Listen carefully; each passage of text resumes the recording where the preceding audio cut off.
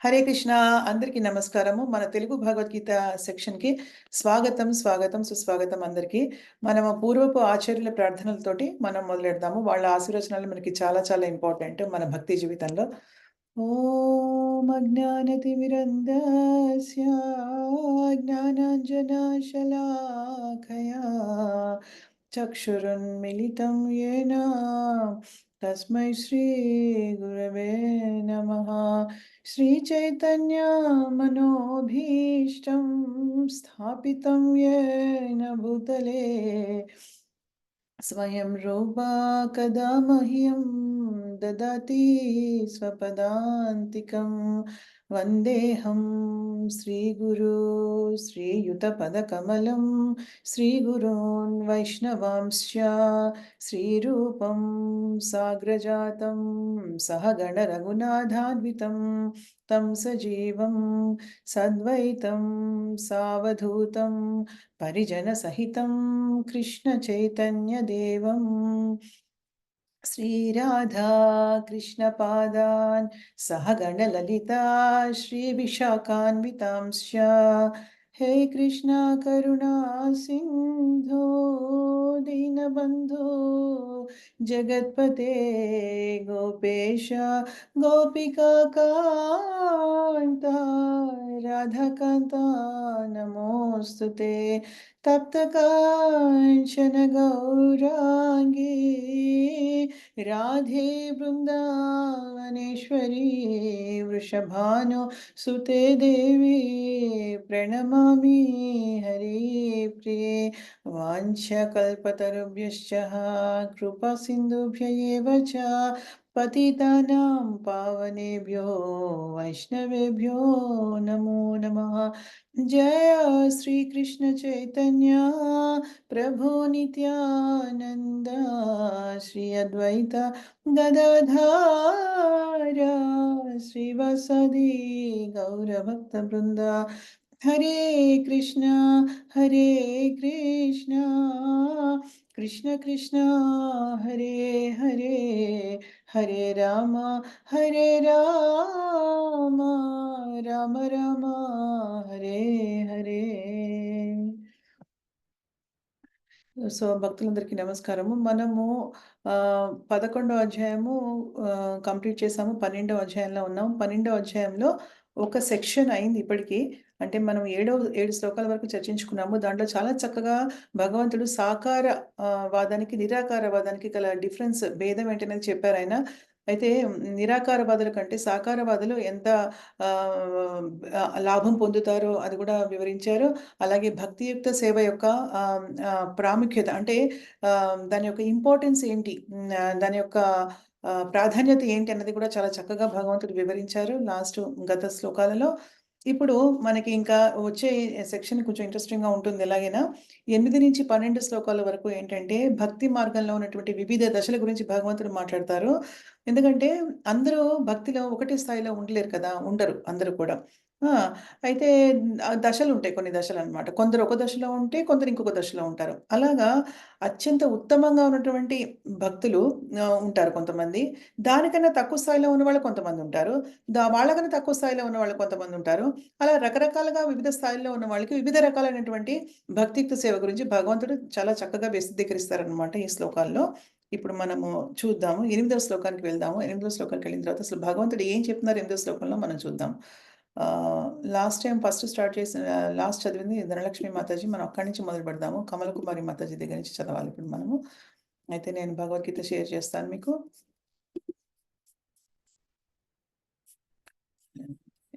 మనము 8 శ్లోకంలో ఉన్నాము. 7 వరకు చదివాము.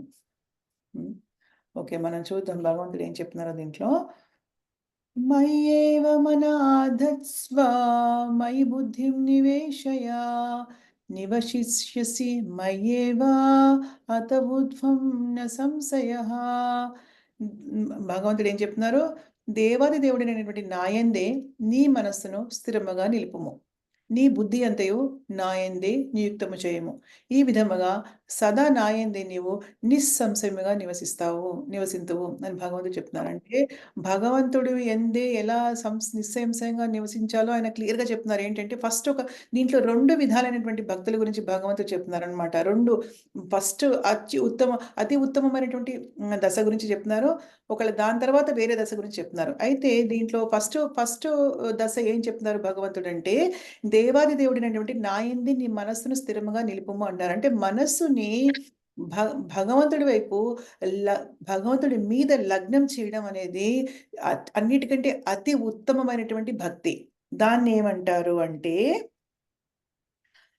స్మరణాత్మిక భక్తి అంటారు. స్మరణ ఆత్మిక భక్తి. ఎందుకంటే భగవంతుడి గురించి బాగా స్మరణ చేస్తాం గాబట్టి దాంట్లో. ఇక్కడ చెప్పారు గదా! మయ్యేవ మన ఆధత్స్వ అన్నారు కదా! అంటే ఏంటంటే నా మీద మనస్సు లగ్నమును చెయ్యి. నా మీద స్థిరంగా నీ మనసును నిలుపు అంటే అదేంటంటే ఉత్తమ భక్తుల గురించి చెప్తున్నారిక్కడ. అందరికంటే హైయెస్ట్ ఉత్తమ భక్తులు ఎవరంటే మనస్సుని భగవంతుడి మీద కంప్లీట్‌గా నిమగ్నం చేసుకునేవాళ్ళు. దాన్ని స్మరణాత్మిక భక్తి అని అంటారు అని చెప్తున్నారు. అయితే దీన్ని చాలా చక్కగా గౌరాంగ దర్శన ప్రభుజీ చాలా చక్కగా వివరించారు. ఈ 12వ శ్లోకం ఈ 5 దశల గురించి ఆయన చాలా చక్కగా వివరించారనమాట. నాకు చాలా ఆనందం వేసింది నేను వింటున్నప్పుడు, నేను ప్రిపేర్ అవుతున్నప్పుడు తెలుగులో నాకు చాలా ఆనందం అనిపించింది అది వినడానికి.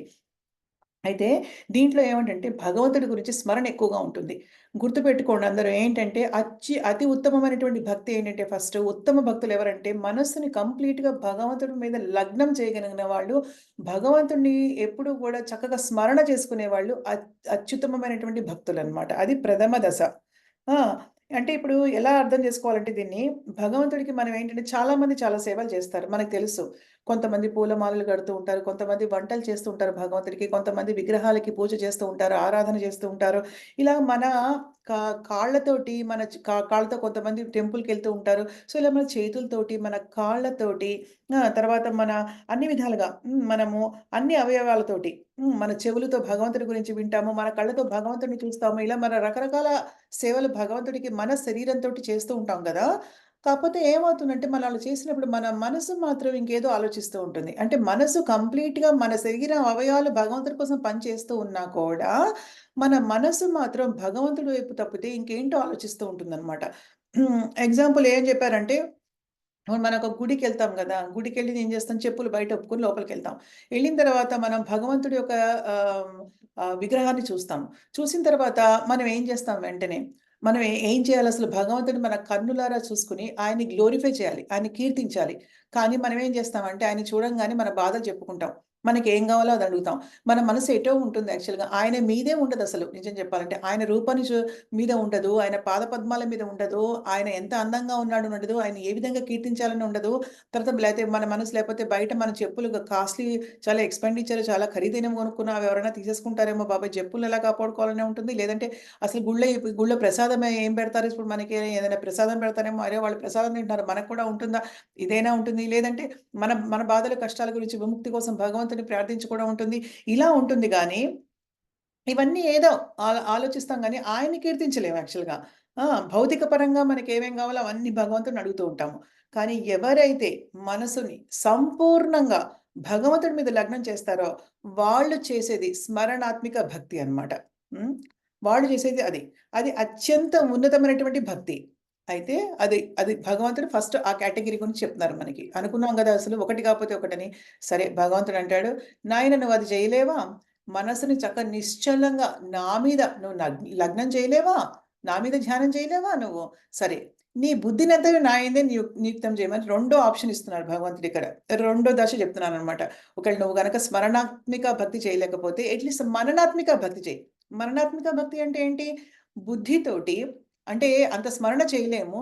కానీ బుద్ధితోటి భగవంతుడికి కోసం ఇచ్చినటువంటి స్క్రిప్చర్స్ అంటే గ్రంథాలు, భగవద్గీత, భాగవతం లాంటి గ్రంథాలన్నీ చదివి మన బుద్ధితోటి అంటే జ్ఞానం సంపాదించుకొని, జ్ఞానంతోటి భగవంతుడిని ప్రేమించడం అన్నమాట. హ్మ్.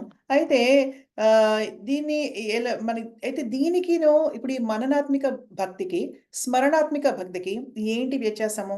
ఇప్పుడు మనం గనక మనసులో నిజంగా మనం ఎవరినైనా ప్రేమిస్తే గనక మనకి కొన్ని ఆహ్, ఫీలింగ్స్ ఉంటాయి. కొన్ని ఎమోషన్స్ ఉంటాయి. ఒక ప్రేమ అనేది ఏర్పడుతుంది వాళ్ళ మీద. సో, మనకి ప్రేమ అనేది ఉంటే మనం ఏదున్నా కూడా సహిస్తాం కదా!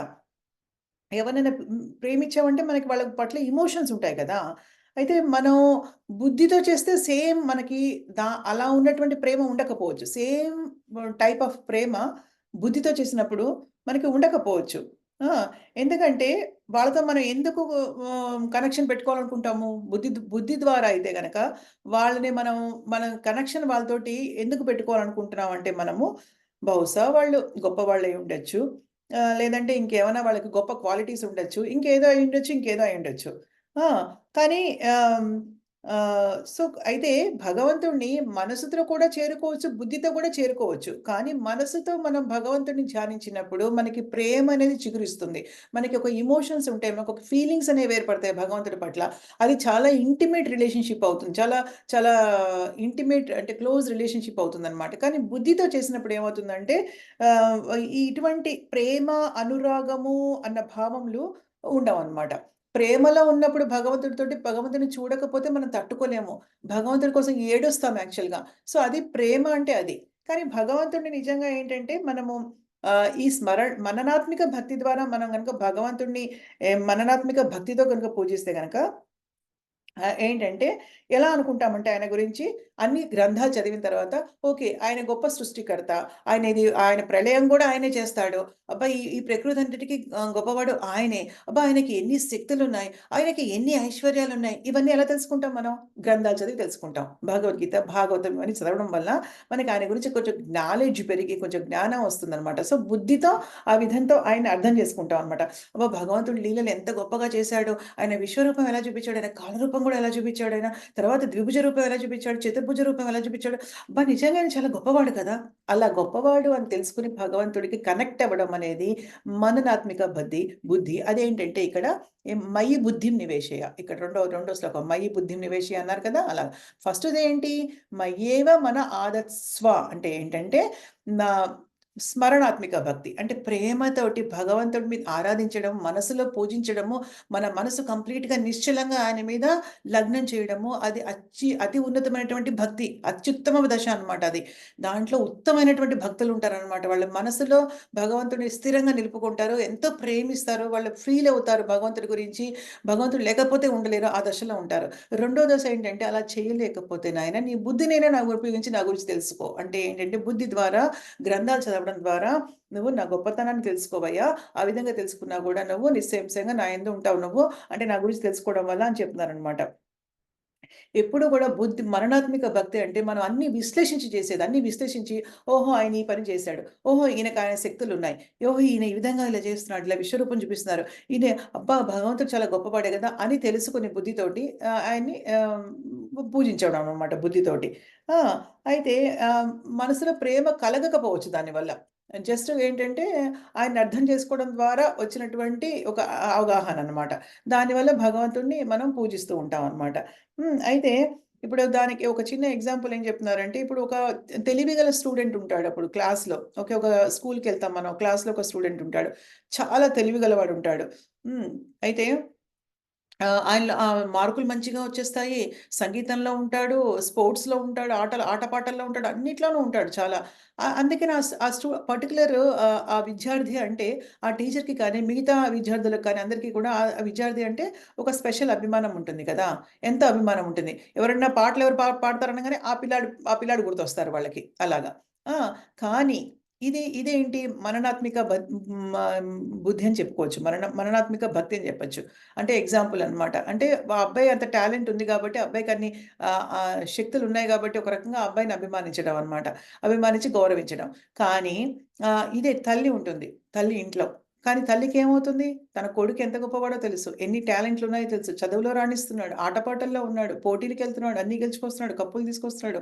కానీ ఆవిడకి మనసులో వాటన్నిటిని మించినటువంటి అనురాగము, ప్రేమ ఉంటుంది ఆ కొడుకు పట్ల గదా! ఎందుకంటే ఆవిడ తల్లి గాబట్టి కదా! సో, అది ప్రేమ. నిజమైనటువంటి ప్రేమ. అవన్నీ లేకపోయినా గూడా తల్లి అతన్ని ప్రేమిస్తుంది. ఎందుకంటే తల్లికి ప్రేమ ఉంటుంది గాబట్టి మనసులో. అది స్మరణాత్మిక భక్తి. అంటే ఏంటంటే భగవంతుడికి ఇదుందనో, ఆ ఐశ్వర్యాలున్నాయనో, ఈ శక్తులున్నాయనో, ఆయన విశ్వరూపం చూపిచ్చాడనో, ఇంకోటో చేస్తున్నాడనో, ప్రళయం గూడా ఆయనే చేస్తాడనో, సృష్టి చేస్తాడనో అవన్నిటితోటి భగవంతుని ప్రేమించడం కాకుండా పూజించడం కాకుండా ఏంటంటే, భగవంతుడు అంటే నాకిష్టము, గొప్పవాడు భగవంతుడు చాలా అని మనసులో ఆయన మీద కనెక్ట్ అవ్వడము, ఆయనతో సన్నిహితత్వం పెంచుకోవడము, ఆయన మీద ప్రేమ డెవలప్ చేసుకోవడము, మనసులో ఆయన మీద నిశ్చలంగా మనసును నిలుపుకోవడం అనేది స్మరణాత్మిక బుద్ధి అని చెప్తున్నారనమాట. సో, ఈ రెండిటి గురించి ఇప్పుడు మనం చర్చించాము. సో, కమల కుమారి మాతాజీ మీరు చదువుతారా? శ్లోకము, అనువాదం, భాష్యం చదవండి మాతాజీ. హరే కృష్ణ మాతాజీ. హరే కృష్ణ.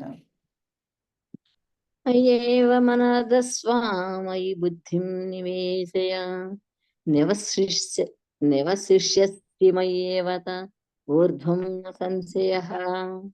అనువాదము: దేవాది దేవుడినైన నాయందే నీ మనసును స్థిరముగా నిలుపుము, నీ బుద్ధినంతయు నాయందే నియుక్తము చేయుము, ఈ విధముగా సదా నాయందే నీవు నిస్సంశయముగా నివసింతువు. భాష్యము: శ్రీకృష్ణ భగవాన్ని భక్తియుక్త సేవయందు నెలకొన్నవాడు ఆ దేవాది దేవునితో ప్రత్యక్ష సంబంధమును కలిగి జీవించును. కనుక ఆరంభము నుండి అతని స్థితి ఆధ్యాత్మికమని తెలుపుటలో ఎట్టి సందేహము లేదు. వాస్తవమునకు భక్తుడెన్నడూను భౌతిక స్థితి ఎందు కాకుండా శ్రీకృష్ణుని ఎందే సదా నిలిచియుండును. శ్రీకృష్ణునికి మరియు అతని నామమునకు భేదము లేదు. కనుక భక్తుడు హరే కృష్ణ మహామంత్రమును ఉచ్చరించినంతనే శ్రీకృష్ణుడు మరియు అతని ఆంతరంగిక శక్తి భక్తుని జిహ్వపై నాట్యమాడును. భక్తుడు వివిధ పదార్థములను శ్రీకృష్ణుకు సమర్పించినప్పుడు శ్రీకృష్ణుడు ప్రత్యక్షముగా ఆహార పదార్థములను గ్రహించును. పిమ్మట అట్టి ప్రసాదమును స్వీకరించిన భక్తుడు కృష్ణమయుడగును. మాతాజీ, ఈ లైన్ ఇంకొకసారి చదువుతున్నాను. చదవండి. నాకు ఎందుకు కనెక్ట్ అయింది ఈ లైన్, చదువుతున్నా.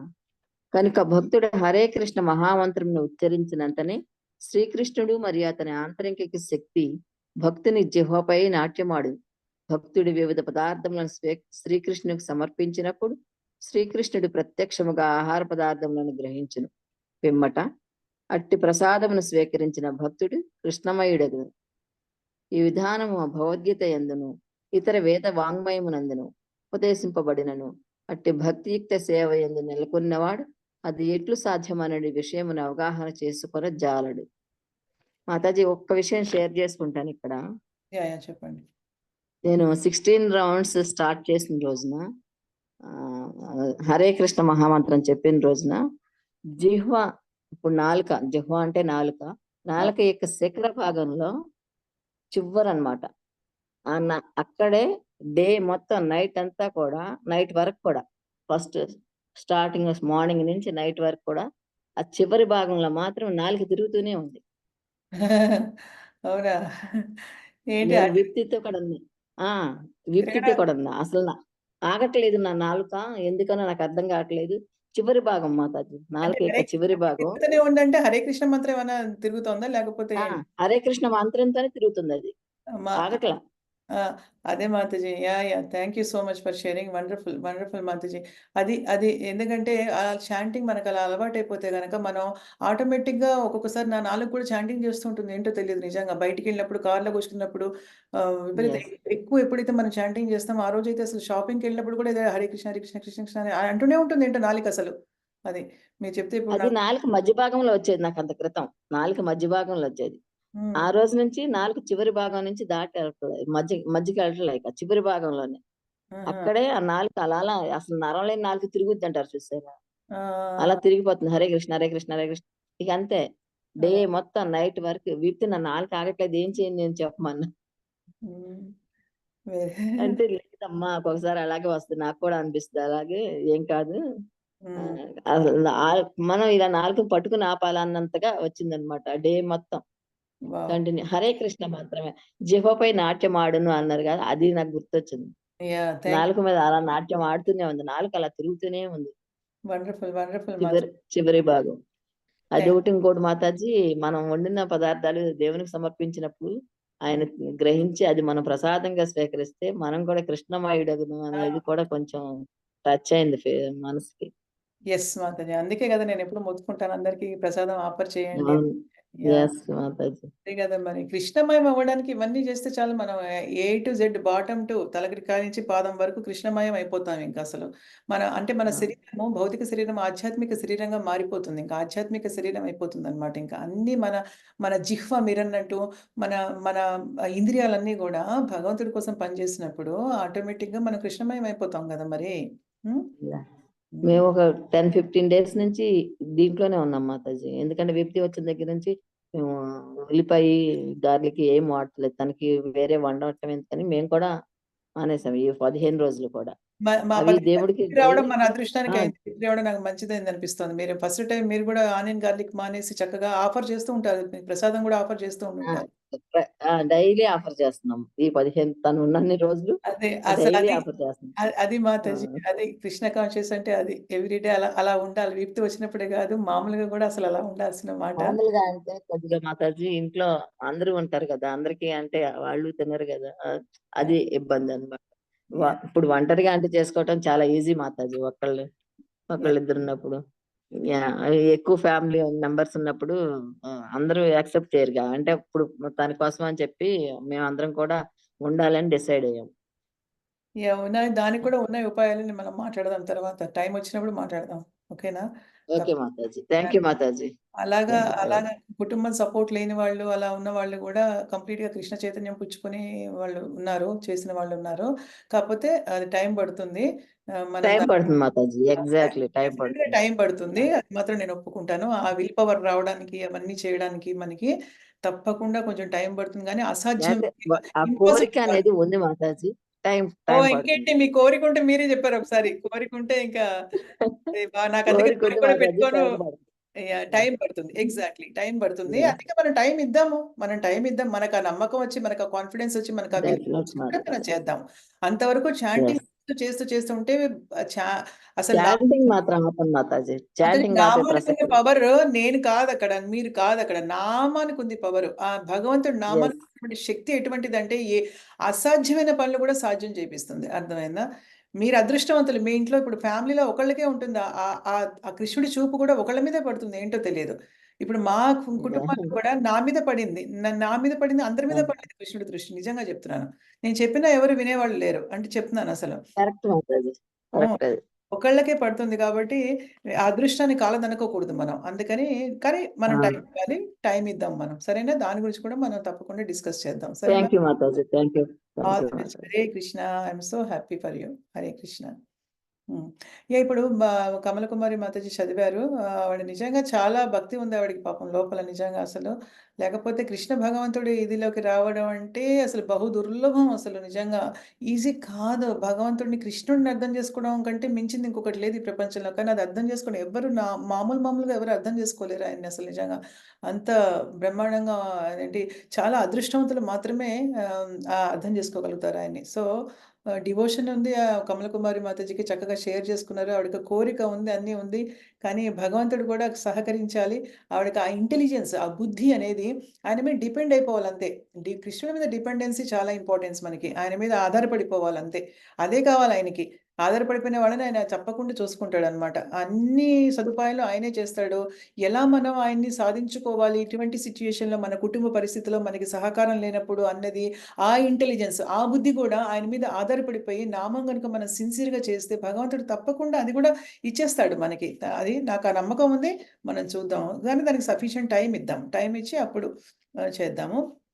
ఇక్కడ ఈ శ్లోకంలో 2 ఆప్షన్‌లు 2 దశలు చెప్పారు గదా! ఒకటి స్మరణాత్మిక అంటే భగవంతుని స్మరణ చేయడం. 2 మరణాత్మిక అంటే బుద్ధితో భగవంతుడిని అర్థం చేసుకోవడం. అన్నిటికంటే ఉత్తమమైనదేంటి స్మరణాత్మిక అంటే భగవంతుడి మీద ప్రేమ డెవలప్ చేసుకోవడం అన్నమాట. అయితే ఇక్కడ భాషల్లో కేవలం భక్తియుక్త సేవ గురించే ఆవిడ చదివారు. దీంట్లో మనకి కష్టం ఏమీ లేదు దీంట్లో. ఎవరైతే భగవంతుడితో భక్తియుక్త సేవలో ఉంటారో వాళ్ళు ప్రత్యక్ష సంబంధం కలిగి జీవిస్తారు భగవంతుడితోటి. అది మనకి అడ్వాంటేజ్. లాభం ఏంటంటే భక్తియుక్త సేవలో ఉంటే ప్రత్యక్ష సంబంధం. ఎందుకు ప్రత్యక్ష సంబంధం? ఇప్పుడు మనం నామం తీసుకుంటాము.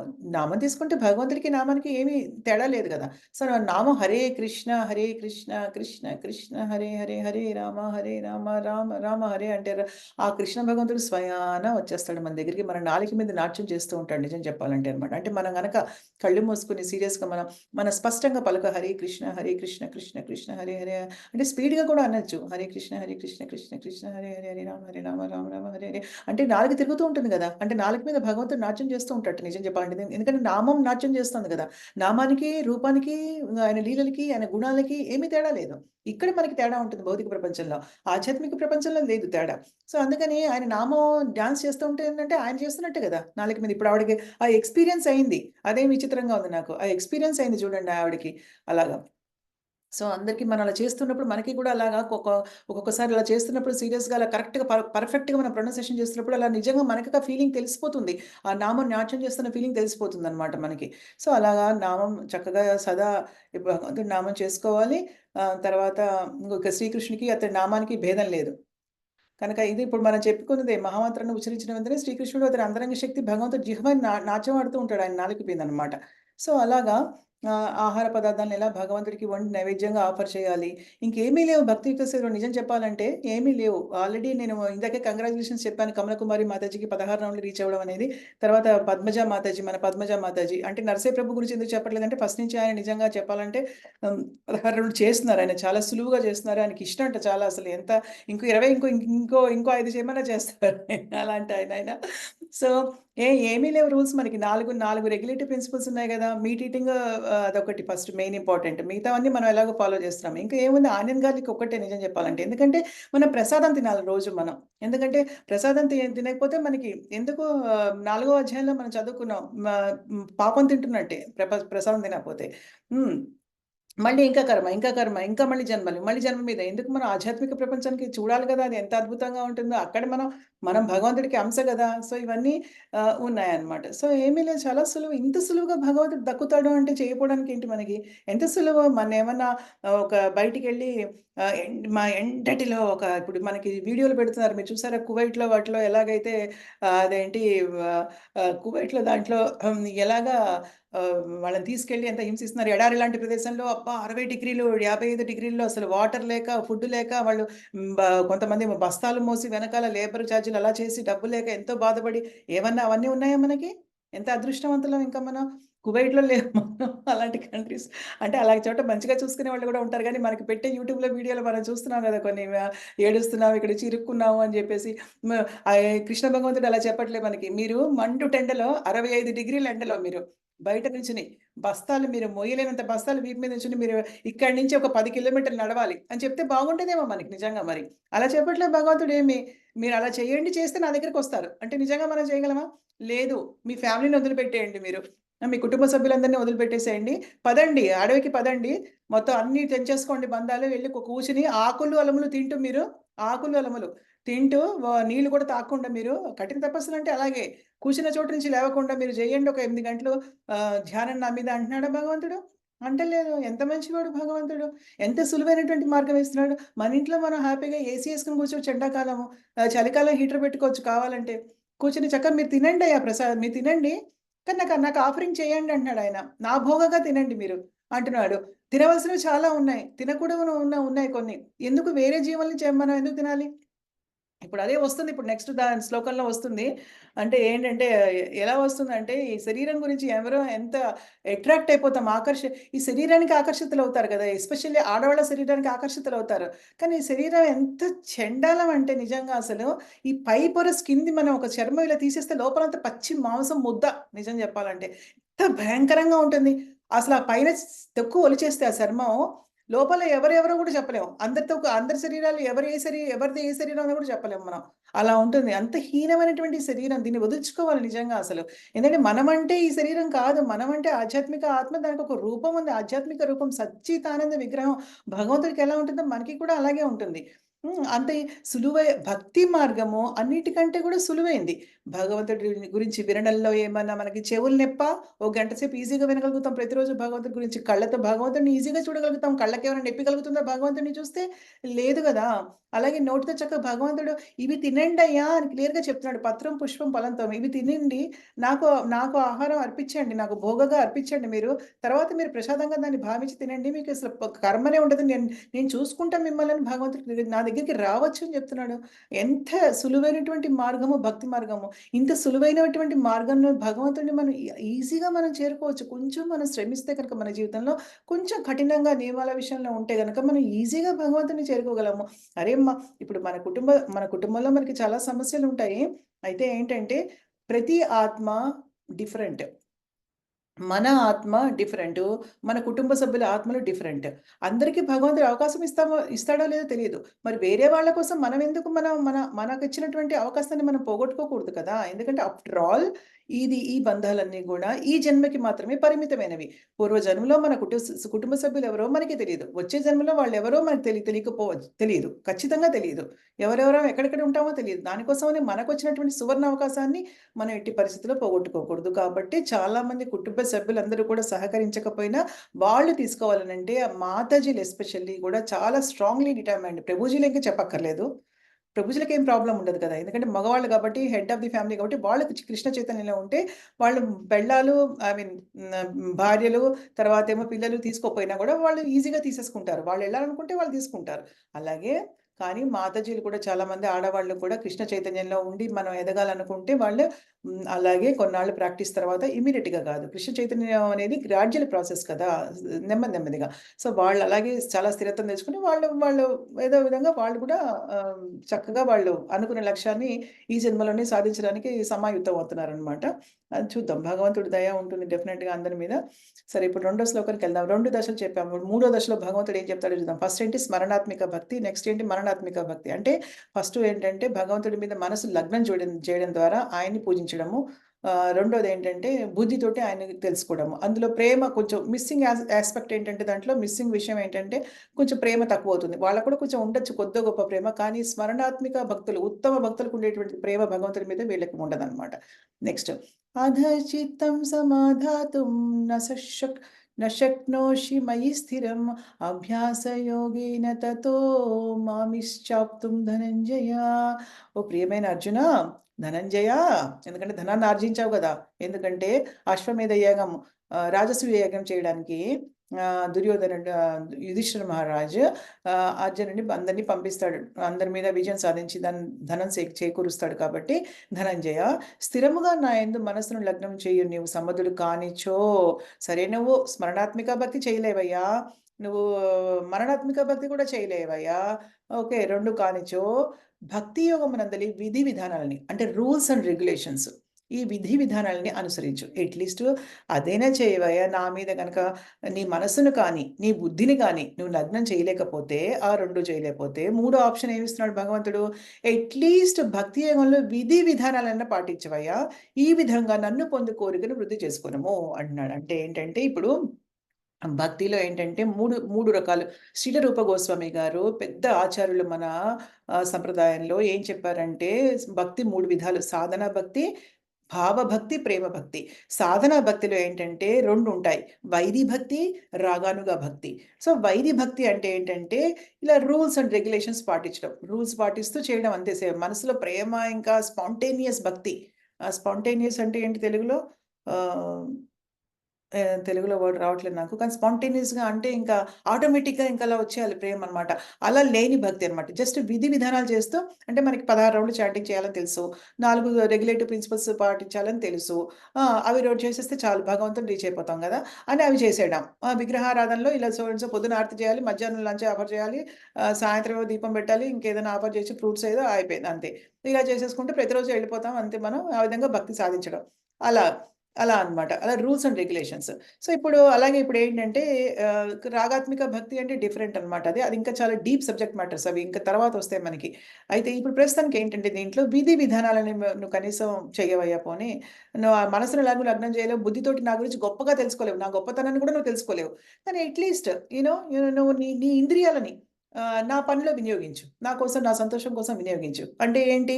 మనసు కేంద్రీకరించలేకపోవచ్చు. సంపూర్ణంగా ఆయన మీద ప్రేమ లేకపోవచ్చు. కానీ ఇంద్రియాలతో ఆయనకి సేవ చేస్తాను. ఎలాగ ఇంద్రియాలతోటి? దీన్నేమంటారు? అభ్యాస రూప భక్తి. ఎందుకంటే ఇది అభ్యాసం చేయమంటున్నాడు. విధి విధానాలను పాటిస్తాం కాబట్టి ఇది అభ్యాస రూప భక్తి అంటారు దీన్ని. హ్మ్. సో, దీంట్లో ఏంటంటే ఇంద్రియాలని ఆయన యొక్క సేవలో ఆయన సంతోషం కోసం వినియోగించడం అన్నమాట. అంటే ఏంటి? చేతులతో పూలమాలలు కట్టడము.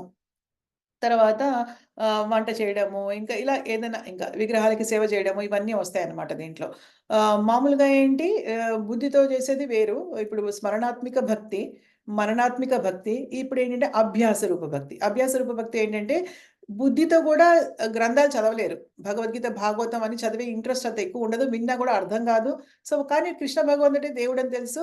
ఓకే. మనం ఆయనకి సేవ చేయాలని తెలుసు. ఇవన్నీ తెలుసు కాబట్టి ఆయనకి మన ఇంద్రియాలను ఉపయోగించి జస్ట్ మన ఫిజికల్ బాడీని, మన భౌతిక శరీరాన్ని ఉపయోగించి ఆయనకి సేవ చేయడం అనమాట. అంటే టెంపుల్‌కెళ్ళడం, అక్కడ గట్లు క టే రూ రూమ్ క్లీన్ చేయడము, టెంపుల్ మెట్లు కడుగుతుంటారు ఇండియాలో చూడండి. అలా మెట్లు కడగడము, లేదా దేవుడు మందిరాన్ని క్లీన్ చేయడము, దేవుడికి పూజలు చేయడము, అంటే పూలు కట్టడము అలాగనమాట. తర్వాత ఆయనకి బట్టలేమైనా ఉంటే కుట్టడము, ఇలాంటి ఇంద్రియాలను ఉపయోగించి మన చేతులు ఉపయోగించి, కాళ్ళు ఉపయోగించి టెంపుల్‌కెళ్ళడం అలా చేయడం అనమాట. అది అభ్యాస రూప భక్తి అంటారనమాట. ఆయన సేవలో ఉపయోగించడం. మనసులో అంత గొప్ప ప్రేమ ఇంకా కలగకపోవచ్చు. ఎందుకంటే ఇంకా ఇది ఆరంభంలో ఉంటుంది, కొంచెం ఆరంభ దశలో అనుకోవచ్చు మనము. ఇంకా మనసులో అంతగా కేంద్రీకరించలేకపోవచ్చు. అంత ప్రేమ ఇంకా 100% ప్రేమ భగవంతుడి పట్ల రాలేదు. ఏదో కొంచెం ఉంటుంది. కానీ అంత ఉండదనమాట. సో, ఇది ఇంకొకటనమాట. సో, ఇప్పుడు కమలకుమారి మాతాజీ కుమారి మాతాజీ మీరు చదువుతారా? హరే కృష్ణ మాతాజీ. చదవండి మాతాజీ మీరు. అత్ర చిత్తం సమాధాతుం న శక్నోషి మయి స్థిరం అభ్యాసయోగేన తతో మామిచ్చాప్తం ధనంజయ. అనువాదము. ప్రియమైన అర్జున, ధనంజయ, స్థిరముగా నాయందు మనస్సును లగ్నము చేయ నీవు సమర్థుడు కానిచో భక్తి యోగమునందలి విధి విధానములను అనుసరింపు. ఈ విధముగా నన్ను పొందు కోరికను వృద్ధి చేసుకును. భాష్యం. ఈ శ్లోకమున భక్తి యోగమునకు సంబంధించిన 2 విధానములు సూచించబడినవి. అందులో మొదటిది దివ్య ప్రేమ ద్వారా దేవాది దేవుడైన శ్రీకృష్ణుని పట్ల ఆసక్తిని వాస్తవముగా వృద్ధి చేసుకొనిన వారికి అన్వయింపబడును. రెండవది దివ్య ప్రేమ ద్వారా దేవాది దేవుని యందు ఇంకను ఆసక్తిని పెంపొందించుకొనని వారికి అన్వయింపబడును. ఈ 2వ తరగతి వారికి వివిధ రకములైన విధి విధానములు నిర్దేశింపబడి ఉన్నవి. అంత్యమున శ్రీకృష్ణుని పట్ల ఆసక్తి కలిగిన స్థితికి మానవుడు ఉద్ధరింపబడుటకై వాటిని అనుసరింపవచ్చును. ఒక్క నిమిషం మాతాజీ, ఒక్క నిమిషం. దీంట్లో ఒక్కొక్క పారాగ్రాఫ్ వెళ్దాం మనం. ఎక్కువ లేవు కానీ దీంట్లో మీరే చదువుతారు కానీ ఎక్కువ లేవు కానీ ఒక్క నిమిషము. ఇక్కడ 2 విధానాలు ఏంటంటే మనం చెప్పుకున్నట్టు స్మరణాత్మిక, మననాత్మిక చేయలేని వాళ్ళు. అదేంటంటే వాళ్ళు ఫస్ట్ స్మరణాత్మిక భక్తి గురించి చెప్తున్నారనమాట. శ్రీకృష్ణుడి పట్ల ఆసక్తిని వాస్తవంగా ఆల్రెడీ వృద్ధి చేసుకున్న వాళ్ళు. వాళ్ళకి ఆల్రెడీ శ్రీకృష్ణుడి పట్ల ఆసక్తి చాలా ఉంది. వాళ్ళకి అన్వయించబడుతున్నది. కానీ అలాంటి ఆసక్తి, అలాంటి దివ్యమైనటువంటి ప్రేమ భగవంతుడి పట్ల కలగలేని వాళ్ళకి ఇటువంటి విధి విధానాలు, అంటే ఆరంభంలోనే ఎవరు మానేయకూడదు. విధి విధానాలు అందరూ పాటించాలి. అందరూ పాటించినా కూడా ఏంటంటే భగవంతుడి నామం వల్ల ఏమవుతుందంటే కొన్నాళ్ళకి ప్రేమ ఉద్భవిస్తుంది ఆయన మీద కదా. సో, ఇంకా అటువంటి రాని వాళ్ళకి, ఇంకా అటువంటి ఆరంభ దశలోనే ఈ స్టేజ్‌లో ఉన్న వాళ్ళకి, ఈ దశలో ఉన్న వాళ్ళు ఏంటంటే రకరకాల విధి విధానాలు ఏవైతే ఉన్నాయో వాటిని పాటించడం వల్ల చివరికి ఏంటంటే ఆసక్తి కలిగిన స్థితికి, అంటే కృష్ణానురాగ స్థితికి చేరుకుంటారు. రాగ అంటే అటాచ్‌మెంట్, భగవంతుడి పట్ల అటాచ్‌మెంట్, అనుబంధం అనేది ఒకటి బాగా ఏర్పడుతుంది. అటువంటి స్థితికి ఉద్ధరింపబడతారు అని చెప్తున్నారనమాట. ఆ స్టేజ్‌లో, ఆ దశలో లేని వాళ్ళు విధి విధానాలు ఎలా పాటించాలని చెప్తున్నారు. యెస్ మాతాజీ. రెండోది ఇక్కడ భక్తి యోగం అనగా ఇంద్రియముల పవిత్రీకరణమని భావము. ప్రస్తుతము భౌతిక స్థితిలో ఇంద్రియములు ఇంద్రియ తృప్తి యందు నెలకొని ఉన్నందున సదా అపవిత్రములై ఉండును. కానీ భక్తి యోగాభ్యాసముచే ఈ ఇంద్రియములు పవిత్రములగును. పవిత్ర స్థితిలో అవి దేవాది దేవునితో ప్రత్యక్ష సంబంధమును పొందును. ఈ భౌతిక జగత్తునందు నేను ఒక యజమానునకు సేవకునిగా నెలకొని ఉండవచ్చును. అయినను అతనిని నిజమైన ప్రేమతో సేవింపను. కేవలము కొంత ధనము కొరకై అతన్ని సేవింతును. అదే విధముగా యజమానుడు కూడా ప్రేమను కలిగి ఉండు. నా నుండి సేవ గ్రహించి నాకు కొంత ధనమునిచ్చుచుండును. కనుక ఇక్కడ ప్రేమ అనేది ప్రశ్నయే ఉదయింపదు. కానీ మానవుడు ఆధ్యాత్మిక జీవితమునందు శుద్ధ ప్రేమ స్థితికి ఉద్ధరింపబడవలసినదే. ప్రస్తుత ఇంద్రియములచే నిర్వహింపబడి భక్తియుక్త సేవాభ్యాసము చేతనే అట్టి ప్రేమ స్థితి ప్రాప్తించగలదు. ఒక్క నిమిషం. ఓకే. సో, ఇక్కడ ఏం చెప్తున్నారంటే ఇప్పుడు మన ఇంద్రియాలని, ఇప్పుడు ఈ మూడో దశ ఏంటి? ఇంద్రియాలని భగవంతుడి సేవలో వినియోగించడం. అయితే మన ఇంద్రియాలని అలా ఉపయోగించడం వల్ల ఏమవుతాయంటే మన ఇంద్రియాలు పవిత్రమవుతాయి. ఇప్పుడు ప్రస్తుతం మనకున్న ఇంద్రియాలు ఏంటంటే భౌతిక ఇంద్రియాలనమాట. ఈ భౌతిక ఇంద్రియాలు చాలా కలుషితమైపోయి ఉన్నాయి. మలినంగా ఉన్నాయి మనకి. అందుకే ఇంకా మనం భగవంతుడి సేవ కాకుండా మిగతావన్నీ చేయగలుగుతున్నామంటే మనం ఆల్రెడీ మన ఇంద్రియాలు అపవిత్రమై ఉన్నాయన్నమాట. కానీ ఎప్పుడైతే నెమ్మదిగా మన ఇంద్రియాలని భగవంతుడి సేవలో మనము లగ్నం చేయడం మొదలుపెట్టామో, అంటే ఇంద్రియాలంటే ఏంటి? మన కళ్ళని గానీ, మన చెవుల్ని గానీ, మన చేతుల్ని గానీ, మన కాళ్ళని గానీ, మన ఏదైనా ప్రసాదం తినడం ద్వారా మన పొట్టని గానీ, అన్నిటిని నెమ్మదిగా మన ఇంద్రియాలన్నింటినీ కూడా సాధ్యమైనంత వరకు ఎక్కువ సమయాన్ని భగవంతుడి సేవలో నిమగ్నం చేయడం ఎప్పుడైతే మొదలుపెట్టామో అవి ఏమైపోతాయంటే శుద్ధి అవుతూ ఉంటాయన్నమాట. అలా శుద్ధి అయ్యి ఏమవుతాయంటే ఇలా చివరికి పవిత్రమైపోతాయి. అంటే ఆధ్యాత్మిక ఇంద్రియాలయిపోతాయి. అప్పుడేమవుతుంది, ఎంత ఆనందంగా ఉంటుందంటే అప్పుడు కరెక్ట్‌గా భగవంతుడిని మనం యాక్చువల్‌గా చూడగలిగితే రియలైజ్ అయిపోతామనమాట. అంటే భగవత్ సాక్షాత్కారం అయిపోతుంది మనకి. అంటే శుద్ధమైపోతాయి గదా! అప్పుడు. శుద్ధమైనప్పుడు మన ఆ అనుభవం అనేది కలుగుతుందనమాట. అందుకని ఇప్పుడు అందుకని ఏం చెప్తున్నారంటే ఈ భౌతిక జగత్తులో మనం ఎవరైనా యజమాని దగ్గర సేవకులుగా పనిచేస్తే మనకేం ప్రేమతో చెయ్యం మనం కదా! జస్ట్ ఏంటంటే మనం పని చేస్తాం, వాళ్ళు డబ్బులిస్తారు. అంతే. వాళ్ళకి ప్రేముండదు, మనకి ప్రేముండదు కదా! అలాగా. కానీ ఇక్కడేంటంటే ఇక్కడ ప్రేమ అనేది ప్రశ్నే ఉంది. కానీ మానవుడేంటంటే ఆధ్యాత్మిక జీవితంలో మాత్రం శుద్ధ ప్రేమ లెవెల్‌కి వెళ్ళాలి ఎవరైనా సరే అని చెప్తున్నారు. కాకపోతే ఇప్పుడు దశలేంటేంటి, మనం ఉత్తమ భక్తులం కాకపోవచ్చు. మన మనసు మనం సంపూర్ణంగా భగవంతుడి పట్ల 24 గంటలు లగ్నం చేయలేకపోయి ఉండొచ్చు. సరే కనీసం నీ బుద్ధినైనా ఉపయోగించవయ్యా. నువ్వు కానీ గ్రంథాలు చదువు పోనీ. గ్రంథాల ద్వారా నాలెడ్జ్ తెలుసుకొని, జ్ఞానం సంపాదించుకొని, నా గొప్పతనాన్ని గుర్తించి ఆ విధంగా భక్తి చేయి పోనీ. అది కూడా కుదరదా పోనీ, నీ ఇంద్రియాలని పవిత్రం చేసుకో. నీ ఇంద్రియాలన్నింటిని కూడా నా సేవలో వినియోగించు. ఎందుకంటే ఇలా నువ్వు నీ ఇంద్రియాలని ఉపయోగిస్తూ నువ్వు భక్తియుక్త సేవ గనుక చేసుకుంటూ వెళ్తే గనక నువ్వు శుద్ధ భక్తి లెవెల్‌కి ఎదిగిపోతావయ్యా. నువ్వు నీ ఇంద్రియాలన్నీ కూడా ఎప్పుడైతే శుద్ధపడతాయో అప్పుడు నువ్వు శుద్ధ భక్తి అంటే ఉత్తమ భక్తుల యొక్క కోవకి చెందుతావప్పుడు. ఆ లెవెల్‌కి ఎళ్ళిపోతావు నువ్వు అని చెప్తున్నారనమాట. అది. ఇంగో అలా అట్టి ప్రేమ స్థితి ప్రాప్తిస్తుంది నీకు కూడా. ప్రేమ స్థితి ప్రాప్తిస్తుంది నీకు. ఎప్పుడైతే నీ ఇంద్రియాలన్నిటిని కూడా అట్‌లీస్ట్ నీకు ఓకే. నీకు స్మరణ లేదు నా పట్ల. నీకు బుద్ధితోటి గ్రంథాలన్నీ భగవద్గీత, భాగవతం అర్థం చేసుకునే శక్తి నీకు లేదు. ఓకే. మూడోది చెయ్యి పోనీ నువ్వు. నీ ఇంద్రియాలతోటి నాకు సేవ చెయ్యి పోనీ అట్‌లీస్ట్. అప్పుడు నువ్వు నెమ్మదిగా ఆ ప్రేమ స్థితికి చేరుకుంటావు అని భగవంతుడు చెప్తున్నారు. యెస్ మాతాజీ. ప్రస్తుతము ఈ భగవత్ ప్రేమ ప్రతి ఒక్కరి హృదయములందును నిద్రాణమై ఉన్నది. అది హృదయమందు అనేక విధములుగా వ్యక్తము చేయబడుచున్నను భౌతిక సంపర్కముచే కలుషితమై ఉండును. కనుకనే హృదయమును మొదట భౌతిక సంపర్కము నుండి శుద్ధి కావింపవలెను. తద్వారా నిద్రాణమై ఉన్నట్టి సహజమైన కృష్ణ ప్రేమ వెంటనే జాగృతము కాగలదు. దానికే అనుసరింపవలసిన విధానమంతయు ఇదియే. భక్తి యోగం ఒక్క నిమిషం. సో, ఈ భగవత్ ప్రేమ అనేది మనకి స్వభావం యాక్చువల్‌గా మన అందరి హృదయాల్లో ఉంది లోపల. అనుకోకండి ఇప్పుడు, అరే! మన గ్రూప్‌లో 16 రౌండ్లు చాంటింగ్ చేస్తున్న వాళ్ళకి ఎక్కువ ప్రేమ ఉంది, నాకు లేదేమో అని అలా కూడా ఫీల్ అవ్వకూడదు. ఎందుకంటే అందరిలో నిద్రాణ రూపంలో ఉంది లోపల. దాన్ని తట్టి లేపాలన్నమాట. అది హృదయంలో అనేక విధాలుగా వ్యక్తం చేయబడుచున్న భౌతిక సంపర్కం కలుషితం ఉంటది. అంటే అది లోపల మనకి ఉంటుంది. అది అప్పుడప్పుడు వ్యక్తం అవుతూ ఉంటుంది. మళ్ళీ ఎలా మరుగున పడిపోతుందంటే ఈ భౌతిక సంపర్కంతోటి మళ్ళీ మరుగున పడిపోతూ ఉంటుంది. కదా! మనకు ఒక్కోసారి 4 రౌండ్లు చక్కగా చేసేద్దాం ఈరోజు పొద్దున్న టక చేసేస్తాం. రెండో రోజు ఏంటంటే చేయలేం. అంటే ఏంటంటే ఆ ప్రేమ లోపల ఉంది. ఒకసారి ప్రకటమవుతోంది. ఒకసారి లోపలికెళ్ళిపోతోంది మళ్ళీ అన్నమాట. హ్మ్. భౌతిక సంపర్కంతోటి కలుషితమవుతోందది. కనుకనే హృదయం మొదట దాని నుంచి శుద్ధి గావించాలి ఫస్ట్. అందుకే దాని నుంచి ఫస్ట్. కాబట్టి అప్పుడు శుద్ధి చేస్తే ఏమవుతుంది?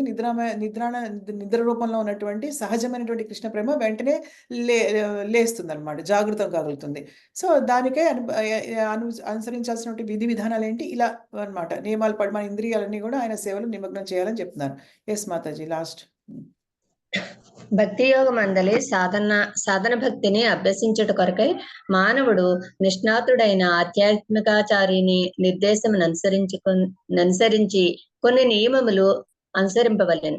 భక్తుడు ప్రాతకాలముననే నిద్రలేచి స్నానమాచరించుట, మందిరమునకు వెళ్లి ప్రార్థనలను అర్పించుట, హరే కృష్ణ మహామంత్రమును జపించుట, శ్రీ విగ్రహముల కొరకై పూలను సేకరించుట, శ్రీ విగ్రహముల కొరకై భోగ ప్రసాదమును సిద్ధము చేయుట, తదుపరి ప్రసాదమును గ్రహించుట వంటి కార్యములను చేయవలెను.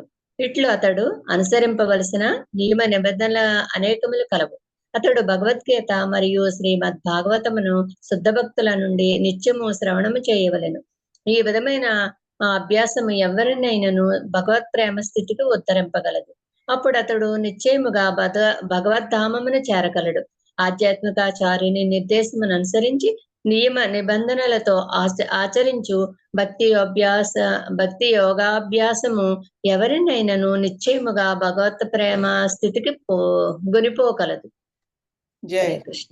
హరే కృష్ణ. ఎంత బాగా చెప్పారు నిజంగా. అసలు మనల్ని మనం కృష్ణ చైతన్యంలో ఎలా పెట్టుకోవాలి, భక్తియుక్త సేవ ఎలా చేయాలనేది ఎంత క్లియర్ గా చెప్పారు ఇక్కడ. ఇదేం కష్టం ఏమీ కాదు, మీరు ఆలోచించండి. కష్టం అయితే కాదు అసలు. చాలా ఈజీ, సులువు పద్ధతి నిజంగా. ఇది చాలా సింపుల్, మన ఇంట్లో ఉండి మనం చేసుకునేది. ఇక్కడ ఏమంటున్నారు, నిష్ణాతుడైనటువంటి ఆధ్యాత్మిక ఆచారం నిర్దేశం అనుసరించి కొన్ని నియమాల్ని పాటించాలి. నియమాలు మాత్రం డెఫినెట్ గా మనకు అంత అద్భుతమైనటువంటి ఫలము. భగవంతుడు అంటే నాట్ చీప్ కాదు, ఆయన ఆర్డినరీ కాదు. ఆయన ఎంత గొప్ప అసలు నిజంగా. దేవాది దేవుడి యొక్క, భగవంతుడి యొక్క ధామానికి వెళ్ళాలి అనుకున్న వాళ్ళకి, ఆయనతో ఉండాలి అనుకునే వాళ్ళకి మరి ఈ మాత్రం ఉంటుంది కదా. సో కొన్ని నియమాలు పాటిస్తూ ఆధ్యాత్మిక ఆచార్య నిర్దేశం ప్రకారము పొద్దున్నే లేచి మనం చక్కగా స్నానం చేసి, ప్రాతకాలం అంటే కొంచెం తెల్లవారుజామున చక్కగా లేచి స్నానం చేసి వెంటనే, అంటే వీలైతే ఫస్ట్లో రూల్స్ ఏమి ఉండవు, తర్వాత మనకే అనిపిస్తుంది చేద్దాము అని చెప్పి, అప్పుడు ఆ టైం వచ్చే వరకు మనం ఆగొచ్చు అనమాట.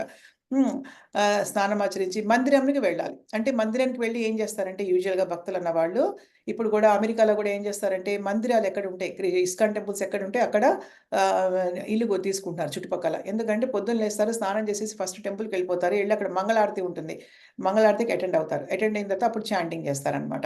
కానీ మనకి మందిరాల దగ్గర లేని వాళ్ళకి మనం మామూలుగా ఇంట్లోనే స్నానం చేసి వెంటనే మనం చాంటింగ్ మొదలు పెట్టుకోవచ్చు. చక్కగా హరే కృష్ణ మహామంత్రాన్ని జపించిన తర్వాత శ్రీ విగ్రహాల కొరకే పూజను సేకరించుట. శ్రీ విగ్రహాలు పెట్టుకోవాలి ఇంట్లో.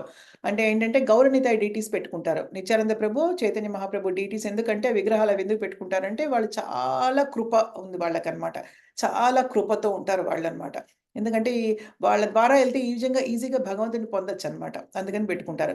ఆ పెట్టుకున్నప్పుడు వాళ్ళకి కొంచెం దీపం పెట్టడము, ఇంట్లోనే ఆరతి చేసుకోవడము అలాగా. తర్వాత ఆ విగ్రహాలకి ఏంటంటే, ఎలా అంటే మనం ఒక వ్యక్తులము. భగవంతుడు కూడా ఒక వ్యక్తి. ఆ వ్యక్తికి ఎలా సేవ చేయడం మనకు అలవాటవుతుంది? సాధన ఎలా చేస్తాం మనం? ఎందుకంటే మనం ఆధ్యాత్మిక ప్రపంచంకెళ్ళిన తర్వాత చేయాల్సిన పనేంటంటే, భగవంతుడికి ప్రత్యక్షంగా సేవ చేయడం. అంటే భగవంతుడికి పూలమాలలు కట్టి సర్వీస్ ఇవ్వచ్చు మనకక్కడ. భగవంతుడికి చందనం రాసే సర్వీస్ ఇవ్వచ్చు. గంధం అరగదీసే సర్వీస్ ఇవ్వచ్చు. తర్వాత వాళ్ళకి రాధాకృష్ణుడికి పందిరేసే సర్వీస్ ఇవ్వచ్చు. వంట చేసే సర్వీస్ ఇవ్వచ్చు. ఏదైనా సర్వీస్ ఇవ్వచ్చు కదా. మరి ఇక్కడ మనకి ఆ సేవలు, సర్వీస్ అంటే సేవ. ఇక్కడ మనకి ఆ సేవలు అలవాట్లయిపోతే చేయడము. మనం ఇలా ఉంటే అక్కడికి ఎలా చేస్తాము? అంటే అక్కడికెళ్ళి అలవాటు ఎలా అవుతుంది మనకి? ఇక్కడ మనం చేస్తున్న దాన్నే మనం అక్కడ కంటిన్యూ చేస్తాం అనమాట. ఇక్కడే మనకి అందుకే ఇక్కడ ప్రాక్టీస్ అవుతుంది. ఇక్కడ మనకి బాగా ప్రాక్టీస్ అయితే, ఇంకొక విషయం మీకు అసలు ఇప్పుడు చెప్పకూడదు, ఎందుకంటే ఇది చాలా డీప్ సబ్జెక్ట్ మ్యాటరు. మనం గనక మన భక్తియుక్త సేవలో గనక సిద్ధత పొందితే, అంటే పర్ఫెక్షన్ అంటారు ఇంగ్లీష్‌లో, సిద్ధి పొందితే గనక ఇక్కడే ఫస్ట్ ఏమవుతుందంటే, మనని డైరెక్ట్‌గా భగవంతుడు ఆధ్యాత్మిక ప్రపంచానికి తీసుకెళ్ళాడు. ఇక్కడ అప్రకట లీలలు జరుగుతూ ఉంటాయి అన్నమాట. ఎక్కడ బృందావనంలో వాటిలో అప్రకట లీలలు. అంటే ఇప్పుడు బృందావనం మనకు కనిపిస్తుంది కాదు. మనకు కనిపించేది కొన్నే కనిపిస్తాయి. కానీ నిజంగా అప్రకటంగా శుద్ధ భక్తులకు కనిపించే బృందావనం ఈ భూమి మీద కూడా వేరే ఉంటుంది. భూలోక బృందావనంలో కూడా వేరే ఉంటుందన్నమాట. దాంట్లో మనకి లీలల్లో ఫస్ట్ పార్టిసిపేట్ చేయిస్తారు. అంటే దానిలో ఫస్టు ఆ లీలలలో మనకి పాల్గొనడానికి భగవంతుడు అవకాశం కల్పించి ఇక్కడ ప్రాక్టీస్ చేయిస్తాడు. భగవంతుడి లీలల్లో మనం పాల్గొనడానికి. ఆ ప్రాక్టీస్ అయ్యి దాంట్లో పర్ఫెక్షన్ వచ్చిన తర్వాత అప్పుడు ఆయనతో పాటు తీసుకెళ్తాడు అక్కడికి అనమాట. అర్థమవుతుంది అనుకుంటాను మీకు అందరికీను. అంటే డైరెక్ట్‌గా మనము భక్తియుక్త సేవ చేసుకుందాం, డైరెక్ట్‌గా వెళ్ళిపోము భగవంతుడి దగ్గరికి. ఫస్ట్ మనకి మన సిద్ధ రూపంలో ఇది మన సాధక రూపం. ఇప్పుడు మనది సాధక రూపం అంటారు దీన్ని.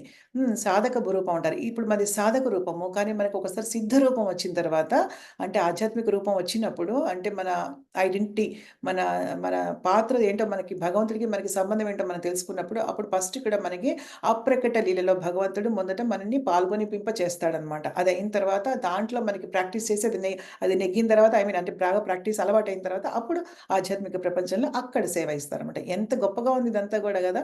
సో, అందుకనే అలా రావాలంటే ముందు అసలు మనకి సాధన రూపంలో ఫస్ట్ మనం విగ్రహాల్ని పూజించాలనమాట. ఎందుకు విగ్రహాల్ని పూజించాలి? విగ్రహాలంటే ఏదో భయంకరమైన పూజలని కాదు. విగ్రహాలకు ఒక ప్రేమతోటి పొద్దున్న లేవంగానే నేనైతే వాటర్ పెడతాను. ఒక చిన్న 2 చిన్న చిన్న కప్పులుంటాయి. ఒక దానిలో కొన్ని బాదం పప్పులేవో పెడతాను. ఒక దాంట్లో వాటర్ పెడతాను. తర్వాత ఆయనది కొంచెం ఆల్తార్ అంటే మందిరం అని కొంచెం క్లీన్ చేసి దీపం పెడతాను. ఫ్లవర్స్ ఏమైనా ఉంటే ఫస్ట్ ఆఫర్ చేస్తాను. తర్వాత ఏంటంటే ఆరతి చేస్తాం దేవుడికి. ఆ! సంసార దమనంలో ఇంకా నేను చాలా పాటలు పాడతాను. అంటే నాకు కొంచెం పిచ్చి ఉంది. అందుకని నేను చిన్న కాదు. కొన్ని కొన్ని ఫస్ట్ నుంచి నేను పెట్టుకున్నాను. కొన్ని పాటలు నాకు చాలా ఇష్టము. అందుకని అవి 'విభావరి శేషు' అని ఉంటుంది. అది నాకు కృష్ణుడి మీద లీలలన్నీ వస్తాయి. అది నాకు చాలా ఇష్టం. సో, నేను ఆరతి కొంచెం లాంగ్‌గా చేసుకుంటాను. సో, ఆరతి చేస్తాము. చేసిన తర్వాత ఫస్ట్ ఫ్రూట్స్, మిల్క్ గాని ఏదైనా ఫస్ట్ ఆఫర్ చేస్తాము. ఫస్ట్ ఆఫరింగ్ అవుతుంది అక్కడికి. అప్పుడు ఏమవుతుంది నాకు కృష్ణుడికి మధ్య నాకు నిత్యానంద ప్రభుకి, చైతన్య మహాప్రభుకి మధ్య వాళ్ళిద్దరు కృష్ణ బలరాములే గదా! వాళ్ళకి ఒక కనెక్షన్ ఏర్పడుతుంది. అంటే నాకు మాట్లాడుకుంటూ ఉంటాను ఆయనతోటి. కోపమొస్తే అప్పుడప్పుడు తిడుతూ ఉంటాను 2 "ఎళ్ళవయ్యా నీకసలు నీతో నాకు ఓపిక లేదసలు చేయడానికి ఈరోజు మరీనసలు కనీసం నా ఒళ్ళు సమంగా ఉంచు. అసలు నీ సేవకే కదా!" ఇలా తిడుతూ ఉంటాం మధ్యలో. ఆ ఇంటిమెసీ పెరుగుతుంది. మనం ఎవరికైనా అలా తిట్టగలమా? విష్ణువుని తిట్టగలుగుతాం అలాగా "లార్డ్ విష్ణువు ఏంటి నువ్వు ఇలా చేస్తున్నావు విష్ణువు" అని అంత చనువు ఉండదు ఆయనతోటి. గౌరవమైన ఒక రెస్పెక్టబుల్ రిలేషన్‌షిప్ ఉంటుంది. కానీ ఇక్కడ వీళ్ళతోటి ఏంటంటే మనకి చాలా ఒక విగ్రహారాధన ప్రతిరోజు మనం చేస్తే మనకేమవుతుందంటే వాళ్ళతో ఇంటిమేట్ కనెక్షన్ ఏర్పడుతుంది. ఎందుకంటే ఒక సర్విస్ చేస్తూ ఉంటాం గదా! అంటే మన కుటుంబ సభ్యులకి మనం ఎలా అయితే సేవ చేస్తున్నామో, వాళ్ళకి కూడా అలా సేవ చేస్తున్నాం గాబట్టి, మన కుటుంబ సభ్యులతోటి ఎలా మనకి ప్రేమానురాగాలు ఒక బంధం ఏర్పడుతుందో, అదంతా ఆర్టిఫిషియల్ బంధం ఆఫ్ కోర్స్. కానీ భగవంతుడితో కూడా బంధం ఏర్పడుతుంది. కానీ అదొక ఆధ్యాత్మిక బంధం గాబట్టి, పర్మనెంట్ బంధం గాబట్టి, దాంట్లో ఉండే తీయదనం వేరుగా ఉంటుంది అన్నమాట. సో, అదయిందా? ఫ్రూట్స్ ఆఫర్ అయిన తర్వాత, సరే తర్వాత ఏం చేస్తాము? మనం బ్రేక్‌ఫాస్ట్ తింటాం లేతే లేదు మేము కాఫీలు, టీలు ఏం తాగం గదా! ఇంకా భక్తులకి అవే ఉంటాం. ఇంక పొద్దున్న లేవగానే అసలు దేవుడికి ఏం జేయాలో అదే ఉంటుందింకా. సో, అదే కృష్ణ చైతన్యం అంటే మరి. అంతే పొద్దున మనమంతా కృష్ణ చైతన్యంలో అలా అయిపోతాం అంతే ఇంకా. ఎందుకంటే మన గురించి ఆలోచించడం మానేస్తాం ఇంకా. అది బెస్ట్ కదా! నిజం చెప్పాలంటే. ఇంక భగవంతుడికి ఏం చేయాలి? సరే అయిపోయింది. ఏదో బ్రేక్‌ఫాస్ట్ తింటే తినొచ్చులే తినేవాళ్ళు తినొచ్చు. అయితే ఇది ఏదో తిన్న తర్వాత ఫ్రూట్స్ ఆఫరింగ్ అయిపోయింది ఏదో ఒకటి. నెక్స్ట్ వంట చేస్తాము. వంట చేసిన తర్వాత వ ఏ బ ఏం చేద్దామని ఆలోచిస్తాము. సరే ఏం చేస్తామో పోనీ మనకు అంత లెవెల్ లేకపోయినా భగవంతుడి కోసం వంట చేసే లెవెల్‌లో లేకపోయినా మనం ఏది వండుకుంటామో అది తీసుకెళ్ళి భగవంతుడికి భోజనం పెడతాం నైవేద్యం. పెట్టి బెల్ కొట్టి మంత్రాలు చదివి ఆయనకి నైవేద్యం ఆఫర్ చేస్తాము. దానికి ఒక ఆఫరింగ్ ప్రేయర్స్ ఉంటాయి. ఎలా నైవేద్యం పెట్టాలని. తీస్తాము. తీసిన తర్వాత మనం భగవంతుడి ప్రసాదంగా భావించి చక్కగా తింటాము. ఎంత కృష్ణమయమవుతున్నాం పొద్దున్నుంచి నిజంగా అసలు. తర్వాత ఇంక మిగిలిన టైంలో ఉద్యోగం చేసేవాళ్ళు ఉద్యోగం చేసుకుంటారనుకోండి. ఉద్యోగం చేయని వాళ్ళు మిగతాలు ఏమంటే స్క్రిప్చర్స్ చదవచ్చు. వేరే వేరే చాలా పూర్వపాచారుల బుక్స్ అన్నీ చాలా ఉన్నాయి. అవన్నీ చదువుకోవచ్చు. ఎన్నైనా చేయొచ్చనమాట ఇంకా. తర్వాత మిగిలిపోయిన చాంటింగ్ ఏమైనా ఉంటే చాంటింగ్ కంటిన్యూ చేసుకోవచ్చు. మళ్ళీ నలుగురు కలిసి చదివే భాగవతం అలా ఏమైనా గ్రూప్ చదువుకోవచ్చు. ఇలా కృష్ణ చైతన్యంలో మొత్తానికేంటంటే ఇక్కడ చెప్తున్నారు శ్రీ విగ్రహాల కొరకే భోగ ప్రసాదం. ఇలా భగవంతుడికి నిత్యము మనము రాత్రి పడుకోబెడతాను నేను డీటీస్‌ని. చాలా మంది పడుకోబెడతారు. కొంతమంది పడుకోబెట్టరు. హ్మ్. పడుకోబెట్టి మళ్ళీ పొద్దున్న వాళ్ళని లేపి అలా పొద్దున్న లేచిన నుంచి దేవుడిని లేపాలి. దేవుడిని లేపాలి. దేవుడిని లేపాలి. ఒక ఇది వెనకాల ఒకటి ఉంటుంది గదా! మనకి. ఉంటే అది చాలు గదా! మనకి. ఆ విధంగా స్మరణ జరుగుతుంది గదా! అట్‌లీస్ట్ భగవంతుడి గురించి ఆలోచిస్తాం గదా! అరే! ఇవాళ లేట్ అయిపోతుంది. ఇంకా దేవుడు లేవలేదు అన్న ఫీలింగ్ ఉంటుంది గదా! హ్మ్. ఒక్కో రోజేంటంటే ఇంక ఈవినింగ్ నాకు ఇలాంటి ప్రోగ్రామ్ ఇలానే భక్తి వృక్ష ఉంది ఇప్పుడు మీతోటి నాకు. మధ్యాహ్నమే దేవుడిని పడుకోబెట్టేసాను రెస్ట్‌కి. ఎందుకంటే ఈవినింగ్ నేను చేయలేను. ఇప్పుడు ఎందుకంటే 6:30 నుంచి నాకు 8:30 వరకు మన ప్రోగ్రామ్ ఉంటుంది ప్రతి శుక్రవారం. సో, మధ్యాహ్నమే పడుకోబెట్టి ఆయన దగ్గర ఆయనకేమో నట్స్ ఏవో పెడతాను. లేదంటే పొద్దున్నుంచి నీకు బానే పెట్టాను స్వామి ఇంకా పడుకోలే అంటాడింకా. అంటే అదేంటి ఒక చనువు భగవంతుడితోటనమాట. చాలులే ఇంక 2 పెట్టాను ఇంక నీకు పెడుతుంటే మేము తినలేకపోతున్నాం ఇక్కడ. ఎందుకంటే మేమున్నది ఇద్దరమే ఇక్కడ. మా పిల్లోడు గూడా ఇక్కడ లేడు. అవి అన్నీ అన్ని నట్స్ అవన్నీ డబ్బాలు డబ్బాలు అయిపోతున్నాయి. ఎవరు తింటారు అవన్నీ గూడా అసలు కదా! స్వామి నీకు ఇగో పెట్టలేదు. మాట్లాడుకోవడమే ఆయనతోటి అంతే. ఇంగ నీకు పెట్టి పెట్టి ఇన్ని అయిపోతున్నాయి ఇక్కడ ఎవరు తింటారనుకున్నావు అసలు నువ్వు? చాలు నువ్వు నీకు పొద్దున్న ఫ్రూట్స్ పెట్టాను, మధ్యాహ్నం ఇవి పెట్టాను ఇంక చాలు పడుకో నువ్వు. ఇలా చెప్తూ ఉంటాను. అంటే ఏంటంటే ఇప్పుడు నేననేది ఏంటంటే మనకొక ఇంటిమేట్ కనెక్షన్ భగవంతుడితోటి. ఇప్పుడు విగ్రహాల్లో భగవంతుడు లేడా? అంటే మన భౌతిక కళ్ళకి కనిపించకపోవచ్చు. కానీ విగ్రహాల్లో భగవంతుడు ఉన్నాడు. మన ఇంట్లో మనం ప్రతిష్ఠించుకుంటే విగ్రహాల్లో భగవంతుడున్నాడు. ఆయన వింటూ ఉంటాడు. ఆయన చూస్తూ ఉంటాడు అన్నమాట. ఆ ఒక సన్నిహితమైనటువంటి ఒక రిలేషన్‌షిప్ భగవంతుడితో మనకి డెవలప్ అవ్వడానికి విగ్రహారాధన అనేది చాలా ఇంపార్టెంట్ అన్నమాట. ఎందుకంటే మనం ఆధ్యాత్మిక ప్రపంచంలో చేసేది కూడా అదే. ఇక్కడి నుంచి ప్రాక్టీస్ చేసుకుంటే మనం అక్కడికెళ్ళిన తర్వాత ఈజీగా చేయగలుగుతాం. ఇలాగా అనుసరించవలసినటువంటి నియమ నిబంధనలు అనేక ఉన్నాయని చెప్తున్నారు. ఇవన్నీ చాలా నియమాల్లా అనిపించవు మనకి. ఒకసారి మనం మొదలుపెట్టిన తర్వాత మనకి చాలా ఆత్మ సంతృప్తిగా అనిపిస్తుంది. చాలా ఆనందకరంగా ఉంటాయి ఇవన్నీ గూడా. మనం ఒక గౌరవం, ఒక రెస్పెక్ట్ మనకి అసలు మనం కృష్ణ భక్తులం అని చెప్పుకోవాలి అంటే నిజంగా మనం చాలా గర్వించదగినటువంటి విషయం. ఎందుకంటే కృష్ణుడిని అర్థం చేసుకోవడం అందరికీ సాధ్యమైనటువంటి పని కాదు గదా! ఆ! మళ్ళీ ఏంటి భాగవతం నుంచి శుద్ధ భక్తుల నుంచి నిత్యం శ్రవణం చేయాలి. మనకెంతో మందున్నారు శుద్ధ భక్తులు. యూట్యూబ్‌లో దొరుకుతారు చాలామందున్నారు. చక్కగా వాళ్ళ దగ్గర శుద్ధ భక్తులు అనేది మనం జడ్జిమెంట్ చేయలేం. వీళ్ళు శుద్ధ భక్తులా కాదా అని మనం చెప్పకూడదు ఎవరిని. కానీ మనకెవరు నచ్చితే వాళ్ళ దగ్గర నుంచి మనం చక్కగా ప్రతిరోజు శ్రవణం అనేది చేయాలి. హ్మ్. ఈ విధమైన అభ్యాసం చేస్తే గనక అభ్యాస రూప భక్తి. అంటే అభ్యాసం చేస్తే గనక ఇది భక్తి అనుకోండి. దీంట్లో సాధన భక్తి గురించి చెప్పారు అని అభ్యాసం గూడా అనొచ్చు. అభ్యాసం అన్న సాధన అన్న ఒకటే. ఈ విధంగా ఎవరైనా చేస్తే భగవత్ ప్రేమ స్థితికి ఉద్ధరింపగలరు. ఇవన్నీ చేసినప్పుడు మనం శుద్ధ భక్తులు అని చెప్పట్లే. ఇది చేస్తే గనక నిజమైనటువంటి భగవత్ ప్రేమ స్థితికి మనం ఉద్ధరించబడతాం. ఇవన్నీ గూడా మనం పాటిస్తూ ప్రతిరోజు మనం కృష్ణమయం చేసుకుంటే గనక ఒక టైంకి మనకి శుద్ధ భక్తి అనేది భగవంతుడి పట్ల ఏర్పడుతుందనమాట. హ్మ్. అతను నిశ్చయముగా అప్పుడు భగవద్ధామం చేరగలుగుతాడు. ఆ! నియమ నియమ ఆధ్యాత్మిక ఆచార్యుడి నియమ నిబంధనలతోటి చేయాలి మనం. ఆయన దగ్గర నుంచి మన సూచనలు తీసుకోవాలి. అలాగే భగవత్ ప్రేమ స్థితికి చేరుకోవాలి అని చెప్తున్నారు. సో, ఇప్పుడు మనం మూడింటికి చెప్పుకున్నాము. ఇప్పుడు నాలుగోది ఏం చెప్తారో భగవంతుడు చూద్దాం. అభ్యాసేऽప్యసమర్థోऽసి మత్కర్మ పరమో భవః మదర్థమపి కర్మాణి కుర్వన్ మమాప్స్యసి. భక్తి యోగ నియమములను కూడా నీవు అభ్యసింపజాలనిచో భగవంతుడు అంటున్నాడు మళ్ళీ నాలుగో విషయం. ఓకేనయ్యా నువ్వు స్మరణాత్మిక భక్తి చేయలేవు. మరణాత్మిక భక్తి బుద్ధితో గ్రంథాలవి చదివి ఆ విధంగా కూడా చేయలేవు. పోనీ నువ్వు భక్తిలో విధి విధానాలను కూడా పాటించలేవు. అట్‌లీస్ట్ నువ్వు ఇంకొక పనైనా చేస్తావా? నా కొరకు కర్మ చేయడానికి ప్రయత్నించవయ్యా. ఏలైనా నా కొరకు కర్మ చేయటం ద్వారా నీవు పరిపూర్ణ స్థితిని పొందగలవు. అంటే ఏమంటున్నాడంటే, నా కొరకు నువ్వు కర్మ చెయ్యి అంటున్నాడు. ఇప్పుడు ఇంతకుముందు అభ్యాస రూపంలో ఏంటి? భగవంతుడి సంతోషం కోసం పూలు కడతాం. పూలు కూడా మన కోసం కాదు కదా! విగ్రహారాధన చేసేది భగవంతుడి సంతోషం కోసం. వంట వండి పెట్టేది భగవంతుడి సంతోషం కోసం. సో, మనం అప్పుడు కూడా మన ఇంద్రియాలను ఉపయోగిస్తున్నాము. కానీ అది భగవంతుడి సంతోషం కోసం చేస్తున్నాం. నువ్వు అది కూడా చేయలేవా? నీ ఇంద్రియాలని నా సంతోషం కోసం నువ్వు చేయలేవా? ఓకే. నువ్వు చేసే కర్మను నువ్వు చెయ్యి. కానీ నా కోసం చేస్తున్నట్టుగా చెయ్యి. నా కొరకు కర్మ చేయడానికి ప్రయత్నించు. అప్పుడైనా అట్‌లీస్ట్ నువ్వు పరిపూర్ణ స్థితిని పొందుతావు. అంటే ఏంటి? ఆ! ఆయనేం చెప్తున్నారంటే నా కోసం కర్మ చేయి. అంటే ఏంటంటే ఇప్పుడు ఎలా అంటే దీని డిఫరెన్స్ ఏంటని అడగొచ్చు మీరు. డిఫరెన్స్ ఏంటంటే ఇప్పుడు అభ్యాస రూప భక్తికి ఇంతకుముందు దీనికి డిఫరెన్స్ ఏంటంటే ఇప్పుడు ఒక చిన్న ఎగ్జాంపుల్ చెప్తాను. సపోజ్ భగవంతుడికి చక్కెర పొంగలంటే ఇష్టం. ఓకేనా?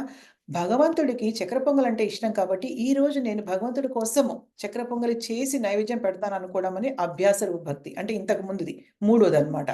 ఓకేనా? దానికంటే ఉత్తమమైనవి స్మరణ, మనన అండ్ స్మరణ అవి కరెక్టే. కానీ దాని తర్వాత వచ్చిన దానికి అది.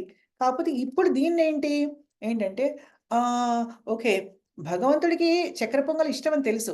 అయినా కూడా నాకు గులాబ్ జామ్ అంటే ఇష్టం కాబట్టి నేను గులాబ్ జామ్ చేస్తాను. ఎలాగో గులాబ్ జామ్ చేస్తాను కానీ భగవంతుడికి నైవేద్యం పెడతా. అది. అదనమాట డిఫరెన్స్. సో, అలాగా మనకు నచ్చిన పని మనం చేసి అది భగవంతుడి కర్మగా భావించి చేయడం. భగవంతుడి కోసం చేయడం అనమాట. దాన్ని భగవంతుడి కోసం చేయడం అనమాట. హ్మ్. హ్మ్. యాహ్!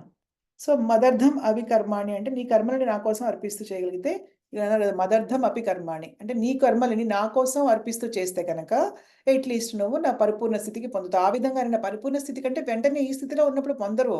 ఈ స్థితి నుంచి మళ్ళీ ఆ అభ్యాస యోగ స్థితికెళ్తారు. అభ్యాసం నుంచి మరణకెళ్తారు. మరణం నుంచి స్మరణకెళ్తారు. అలా అన్నమాట. అలా ఒక్కొక్క దాని నుంచి ఒక్కొక్క దానికి వెళ్తూ ఉంటారన్నమాట. అది చెప్తున్నారన్నమాట ఇప్పుడు దీంట్లో. ఓకేనా? ఓకే. లక్ష్మీ మాతాజీ మీరు చదువుతారా? హరే కృష్ణ మాతాజీ. హరే కృష్ణ. ఎవరికైనా ఏమైనా వీటిల్లో క్వెషన్స్ ఉంటే అడగండి. యెస్ మాతాజీ. అభ్యాసేऽప్యస్యమర్థ అభ్యాసే పశ్యమర్థోऽసి మత్కర్మ పరమో భవ మదర్థపిమపి కర్మాణి కుర్వన్ సిద్ధిమవాప్స్యసి. అనువాదము: భక్తి యోగము నియమములను కూడా నీవు అభ్యసింపజాలనిచో నా కొరకు కర్మ నొనరించుటకు యత్నింపుము. ఏలయనా నా కొరకు కర్మ చేయుట ద్వారా నీవు పరిపూర్ణ స్థితిని పొందగలవు. భాష్యము: హ్మ్.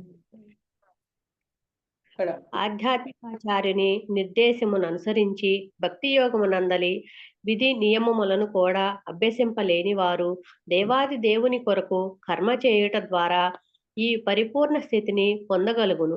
ఆ కర్మను ఏ విధముగా నిర్వహింపవలెనో అట్టి విషయము ఏకాదశాధ్యాయపు 75వ శ్లోకమును ఇదివరకే వివరింపబడినది.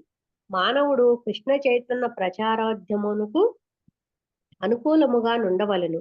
అట్టి కృష్ణ చైతన్య ప్రచారోద్యమమును నెలకొనినట్టి ఎంతో మంది భక్తులకు సహాయమును అందింపవచ్చును.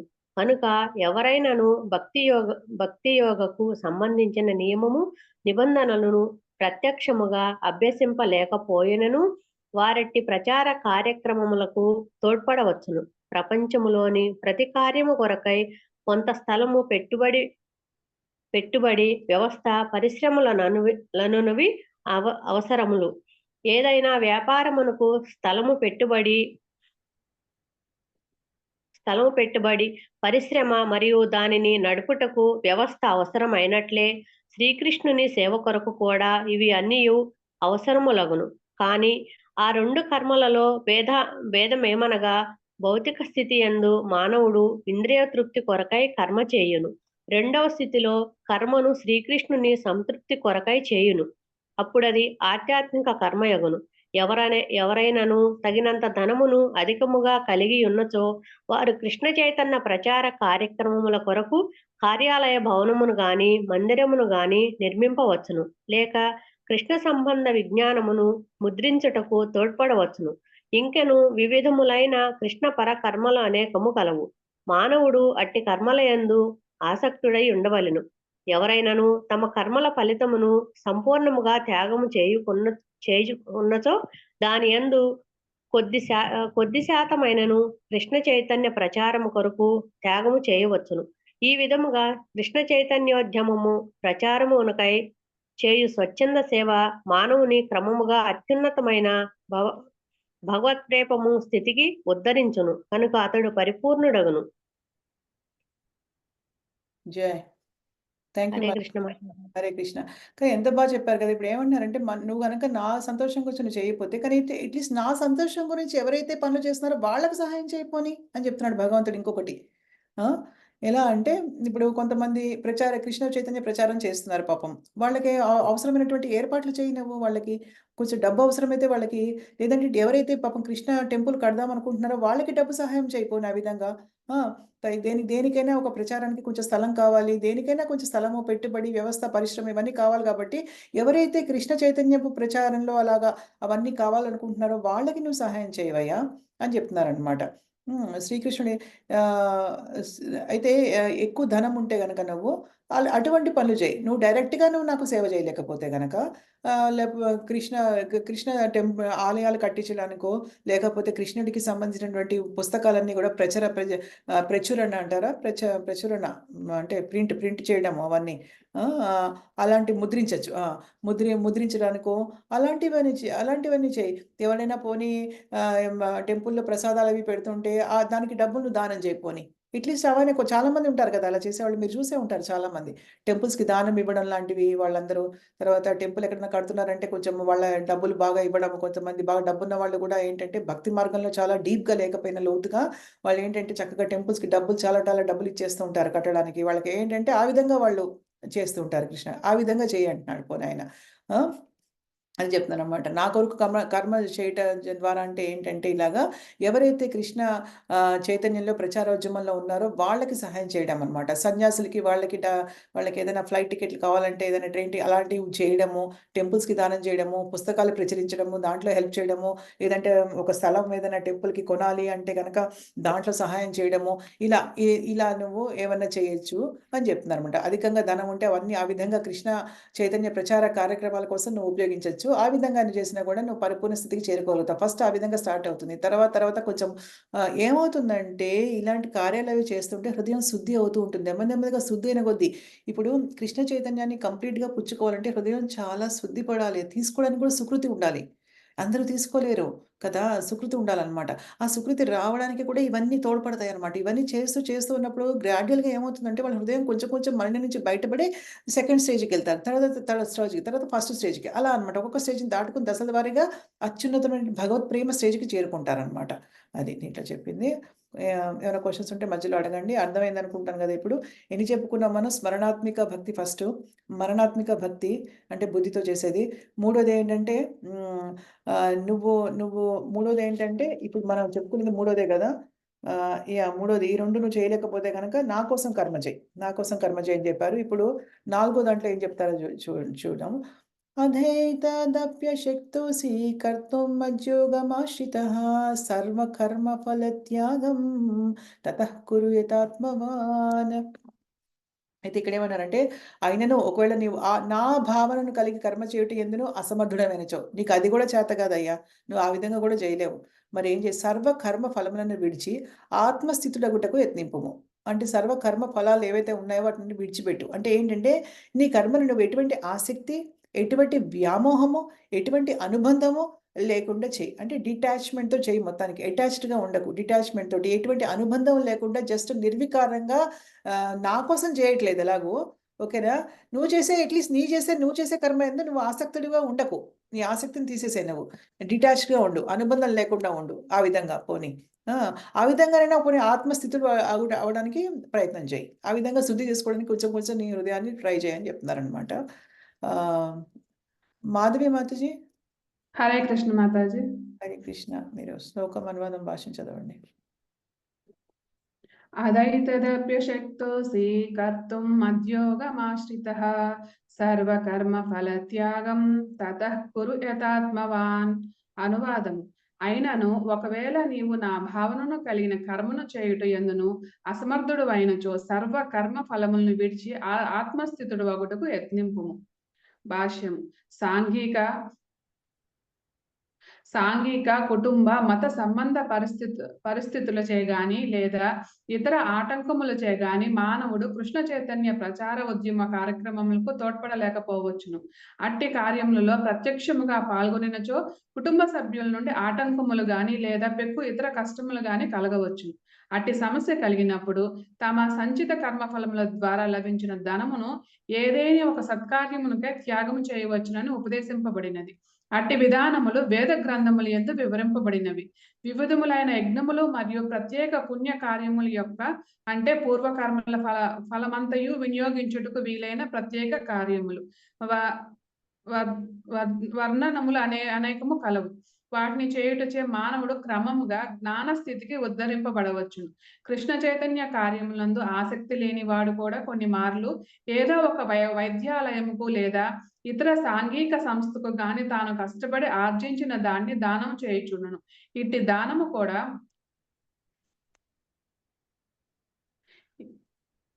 ఎక్కడ మాతాజీ ఒక్క నిమిషం. ఇటు దానము కూడా ఇక్కడ సమర్థింపబడినది. ఎందుకనగా ఎవరైనను తన కర్మఫలమును త్యాగము చేయుటను అభ్యసించుట ద్వారా మానవుడు క్రమముగా తన మనస్సును నిశ్చయముగా శుద్ధి చేసుకొనగలడు. అట్టి శుద్ధ స్థితిలో అతడు కృష్ణ చైతన్యం అనగానేమిటో అవగాహన చేసుకొనును. వాస్తవమునకు కృష్ణ చైతన్యము స్వయంగా మనస్సును శుద్ధి చేయగల సామర్థ్యమును కలిగి ఉన్నందున అది మరి ఏ ఇతర అనుభవం పైనను ఆధారపడదు. కానీ కృష్ణ చైతన్యంను ప్రత్యక్షంగా అంగీకరించుటలో ఆటంకములు కలిగినచో మానవుడు అట్లు తన కర్మ ఫలములను త్యాగము చేయవచ్చును. కనుక ఆ విధముగా సంఘ సేవ, సమాజ సేవ, జాతి సేవ, దేశము కొరకు త్యాగము వంటి వాటిని అంగీకరింపవచ్చును. ఎందుకనగా మానవుడు వాని వల్ల ఎప్పుడో ఒకప్పుడు దేవాది దేవుని శుద్ధ ప్రేమయుక్త సేవాస్థితికి రావచ్చును.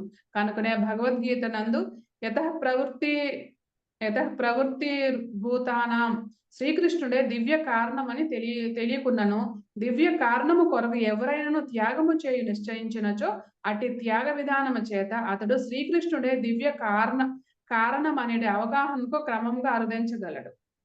జయ హరే కృష్ణ మాతాజీ. హరే కృష్ణ.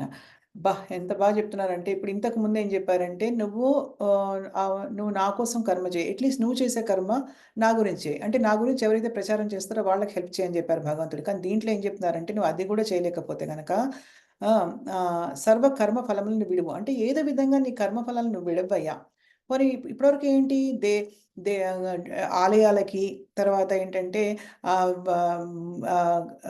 ఆధ్యాత్మిక పుస్తకాలు ప్రచురించడానికి నీ డబ్బులు వినియోగించు అని చెప్తే, ఇప్పుడేమంటున్నారంటే అట్‌లీస్ట్ నువ్వు వీటన్నిటికి కూడా నీకేమైనా ప్రాబ్లమ్స్ వస్తే నువ్వు అలా చేయలేకపోతే గనక, నీ ధనాన్ని నీకు సంచిత కర్మ ఫలములు ఏంటంటే, ఈ జన్మలో భగవంతుడు నీకిచ్చిన కోట. ఎంత ధనం ఉంటే, ఎక్కువ ధనం ఉంటే గనక నీకు, దాన్ని ఒక సత్కార్యమునకే త్యాగం చేయి. ఇంక నా పేరు కాదు, ఇంక భగవంతుడి నేమ్ లేదిక్కడ. ఎందుకంటే ఇది అన్నిటికంటే లోయెస్ట్ ఇంకా ఇది దశ అన్నమాట. లేదు, ఏదో ఒక సత్కార్యానికి అట్‌లీస్ట్ చెయ్యి నువ్వు. ఎవరికొకళ్ళకి ఇప్పుడు నువ్వేం చేస్తావంటే ఇక్కడ చెప్పారనమాట. ఎలా అంటే కృష్ణ చైతన్య కార్యములందు ఆసక్తి లేని వాళ్ళు కొన్ని మార్లు ఏదో ఒక వైద్యాలయానికి, అంటే అంతే కదా, అనాథాశ్రమానికో, లేకపోతే ఒక వైద్యాలయానికో, ఒక సాంఘిక సంస్థకి, ఏంటంటే ఎవరినో ఆడవాళ్ళని ప్రొటెక్ట్ చేసే ఒక సంస్థకో, లేకపోతే పిల్లల్ని చూసుకునే ఒక సంస్థకో, ఏదో దానికి తను కష్టపడి ఆర్జించిన ధనాన్ని దానం చేస్తూ ఉంటారు కదా! ఇట్టి దానం కూడా ఇక్కడ సమర్థిస్తున్నాడు అని చెప్తున్నారనమాట శ్రీల ప్రభుపాదుల వారు చివరికి. ఎందుకంటే అది పుణ్యకార్యం, ఒక సత్కార్యం కాబట్టి అట్‌లీస్ట్ ఆ విధంగా చేస్తే కొంచెం హృదయం శుద్ధి అవుతుందనమాట. అందుకని ఇవన్నీ చేయకపోతే అది. కానీ ఇవన్నీ చేయడం గొప్ప అనుకుంటే, ఇప్పుడు చూడండి మన భౌతిక ప్రపంచంలో యూజువల్‌గా మనం చూస్తే, ఏవండీ మేము ప్రతి సంవత్సరం మేము ఆ అనాథాశ్రమానికి ఇంత డబ్బులిస్తాం. ఏవండీ ప్రతి సంవత్సరం దేవాలయానికి ఇంత ఇస్తాం. ఆ దేవాలయానికి కాదు, ఇక్కడ దేవాలయం క్వెషనే లేదు ఇక్కడ. ఆ చారిటబుల్ ట్రస్ట్ ఏదో ఉంటుంది, దానికి ఇంత డబ్బులిస్తాం అని చెప్తూ ఉంటారు మామూలుగా కదా! వృద్ధాశ్రమానికని ఏదో ఒకటి ఇలాగా. అయితే ఇది అన్నిటికంటే భక్తియుక్త సేవలో అన్నిటికంటే లోయెస్ట్ అనమాట. లోయెస్ట్ అంటే తెలుగులో ఏంటి, చిట్ట చివరిది అనమాట. అంటే చాలా తక్కువ లెవెల్‌లో ఉన్నటువంటి దశ అనమాట ఇది. అవన్నీ పైనవేం చేయని వాళ్ళు ఇది చేయాలి యాక్చువల్‌గా. ఏంటంటే కనీసం ఇదైనా చేయాలి. అంటే మరీ ఇప్పుడేంటంటే మన డబ్బులు మనం సంపాదించుకొని మన సంచిత పాప కర్మల ద్వారా వచ్చిన ధనాన్నంతా మనమే యూజ్ చేసుకుని అది ఇంకా ఘోరము. అలా కాకుండా ఏంటంటే అట్‌లీస్ట్ ఒక సత్కార్యానికి, పోనీ నీకు కృష్ణ చైతన్యంలో నీకు ఇవ్వడం ఇష్టం లేకపోతే, భగవంతుడి సేవలో మీకు వినియోగించడం ఇష్టం లేకపోతే, అట్‌లీస్ట్ మిగతా వాటికి చెయ్యి నువ్వు. హాస్పిటల్స్‌కో, ఇంకా వృద్ధాశ్రమాలకో, ఇంకెవరికన్నా అనాథాశ్రమానికో, ఎవరికో ఒకళ్ళకి పోనీ ఏమన్నా అలాగా, ఆ విధంగానైనా నువ్వు మనసుని సిద్ధం చేసుకోగలుగుతావు అని చెప్తున్నారనమాట. ఆ!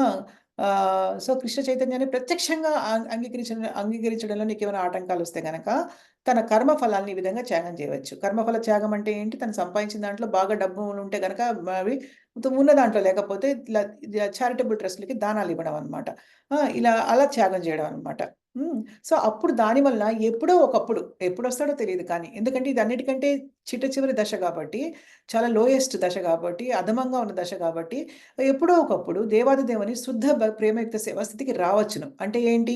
దీనివల్ల కొంచెం శుద్ధమై, తర్వాత అక్కడి నుంచి కొంచెం మార్పు చెంది, కనీసం దేవాలయాలకి వాటికి ఇద్దాం. కృష్ణ చైతన్యంలో ఎవరైతే వర్క్ చేస్తున్నారో వాళ్ళకి పాపం ఇద్దాం, బెనిఫిట్ చేద్దాం అని వాళ్ళకివ్వడం ద్వారా, నెక్స్ట్ తర్వాత ఏంటంటే ఇంకా నెక్స్ట్ స్టేజ్ అలాగనమాట. ఒక్కొక్కటి స్మరణాత్మక భక్తికి వెళ్ళొచ్చనమాట. అభ్యాస రూపకి వెళ్ళడం తర్వాత ఇంద్రియాలన్నింటిని భగవంతుడి సేవలో వినియోగించడం. తర్వాత లేదు అంటే ఏంటంటే భగవంతుడి పుస్తకాలన్నీ చదివి జ్ఞానం సంపాదించుకుని ఆయన్ని కొలవడము. లేదంటే తర్వాత దాన్ని స్మరణాత్మిక భక్తికి, ఆ లెవెల్‌కి, శుద్ధ భక్తి లెవెల్‌కి వెళ్ళొచ్చు అని చెప్తున్నారనమాట. ఇప్పుడు ఈ 12 కొంచెం కన్‌ఫ్యూజింగ్‌గా ఉంటుంది. ఇప్పటివరకు మనం ఎన్ని చెప్పుకున్నామో ఒకసారి మళ్ళీ రివైజ్ చేస్తున్నాను. స్మరణాత్మిక భక్తి అత్యుత్తమమైనటువంటి భక్తి. ఫస్ట్ దశ స్మరణ, భగవంతుడి మీద మనసు లగ్నం చేయడం. రెండోది మరణాత్మిక భక్తి. ఒకవేళ మనం భగవంతుడి మీద అలా మనకి మనసును లగ్నం చేసే ప్రేమ భగవంతుడి పట్ల లేకపోతే గనక, అట్‌లీస్ట్ బుద్ధితోటి భగవంతుడి గురించి చదివి, విని, తెలుసుకొని ఆయన గొప్పతనాన్ని, ఆయన్ని పూజించడం. రెండోదది. మూడోదేంటంటే అభ్యాస రూప భక్తి. ఒకవేళ మనం అది కూడా బుద్ధితో భగవంతుడిని తెలుసుకోలేం. అంటే నాలెడ్జ్ లేదు, జ్ఞానం లేదు భగవంతుడి గురించి. పర్వాలేదు, అయినా కూడా భగవంతుడంటే ఇష్టం ఉంది, భక్తి ఉంది. సో, మన అవయవాలని, ఇంద్రియాలన్నీ కూడా ఆయన సేవలో వినియోగించడము. అదే అభ్యాస రూప భక్తి. స్మరణాత్మిక, మరణాత్మిక, అభ్యాస రూప భక్తి. నెక్స్ట్ నాలుగోదేంటని చెప్తాడు భగవంతుడు. ఓకే. నువ్వు నీ ఇంద్రియాలన్నీ నా సంతోషం కోసం వినియోగించలేవా నువ్వు? ఓకే. No problem. అట్‌లీస్ట్ నువ్వు కర్మ చెయ్యి. ఆ కర్మను నాకు అంకితం చెయ్యి. అది నా కోసం చెయ్యి. నీ కర్మని నా కోసం చెయ్యి పోనీ అట్‌లీస్ట్. అంటే ఏంటి? అట్‌లీస్ట్ నా కోసం ప్రచారం చేస్తున్న వాళ్ళకి హెల్ప్ చెయ్యి ఆ విధంగా. నువ్వు అది కూడా చేయలేవా? ఐదోదేంటి ఇప్పుడు చెప్పింది ఏంటంటే, నువ్వు కర్మ ఫలాలన్నిటిని త్యాగం చెయి. ఆసక్తి లేకుండా చెయి. అటాచ్‌మెంట్ లేకుండా నీకున్న దాన్ని ఏదో ఒక సత్కార్యం కోసం వినియోగించు నీ డబ్బుల్ని. పోనీ టెంపుల్స్‌కి ఇవ్వవా నువ్వు? భక్తికి సంబంధించిన వాటికి ఏమి దానం చేయలేవా నువ్వు? పోనీ అట్‌లీస్ట్ దాన ధర్మాలు వేరే పరంగా చెయి పోనీ. అదని చెప్తున్నాడు భగవంతుడు. అది. ఈ 5 దశలనమాట.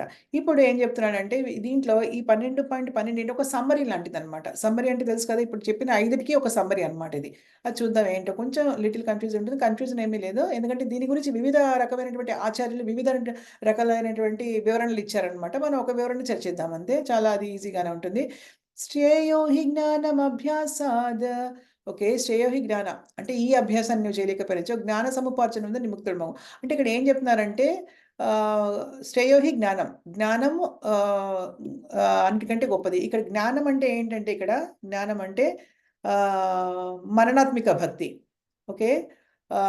ఒక నిమిషము. శ్రేయోహి జ్ఞానం అభ్యాసాత్ జ్ఞానాధ్యానం విశిష్యతే ధ్యానాత్ కర్మ ఫల త్యాగం అస్యాగాస్యంతి రనంతరం. ఈ అభ్యాసాన్ని నీవు చేయలేకపోయినచో జ్ఞాన సముపార్జమునందు నియుక్తుడు వగును. అయినప్పటికీ జ్ఞానము కంటేను ధ్యానము అంటే ఇక్కడ ఏంటంటే ఇది మనం చూద్దాం. ఇక్కడ నేను చూపించి చెప్తాను మీకు. ఇప్పుడు ధ్యానం అంటే ఏంటి? మనము అంటే మెడిటేషన్ అంటే భగవంతుడి మీద మన మనసు లగ్నం చేయడం అంటే ఏంటి? ఇదంతా ఒక సమ్మరీగా తీసుకోవాలి ఇప్పుడు ఇది. అయితే ఇది ధ్యానం అంటే స్మరణాత్మిక భక్తి కదా. ఇక్కడ మనం ధ్యానం చెప్పారు కదా.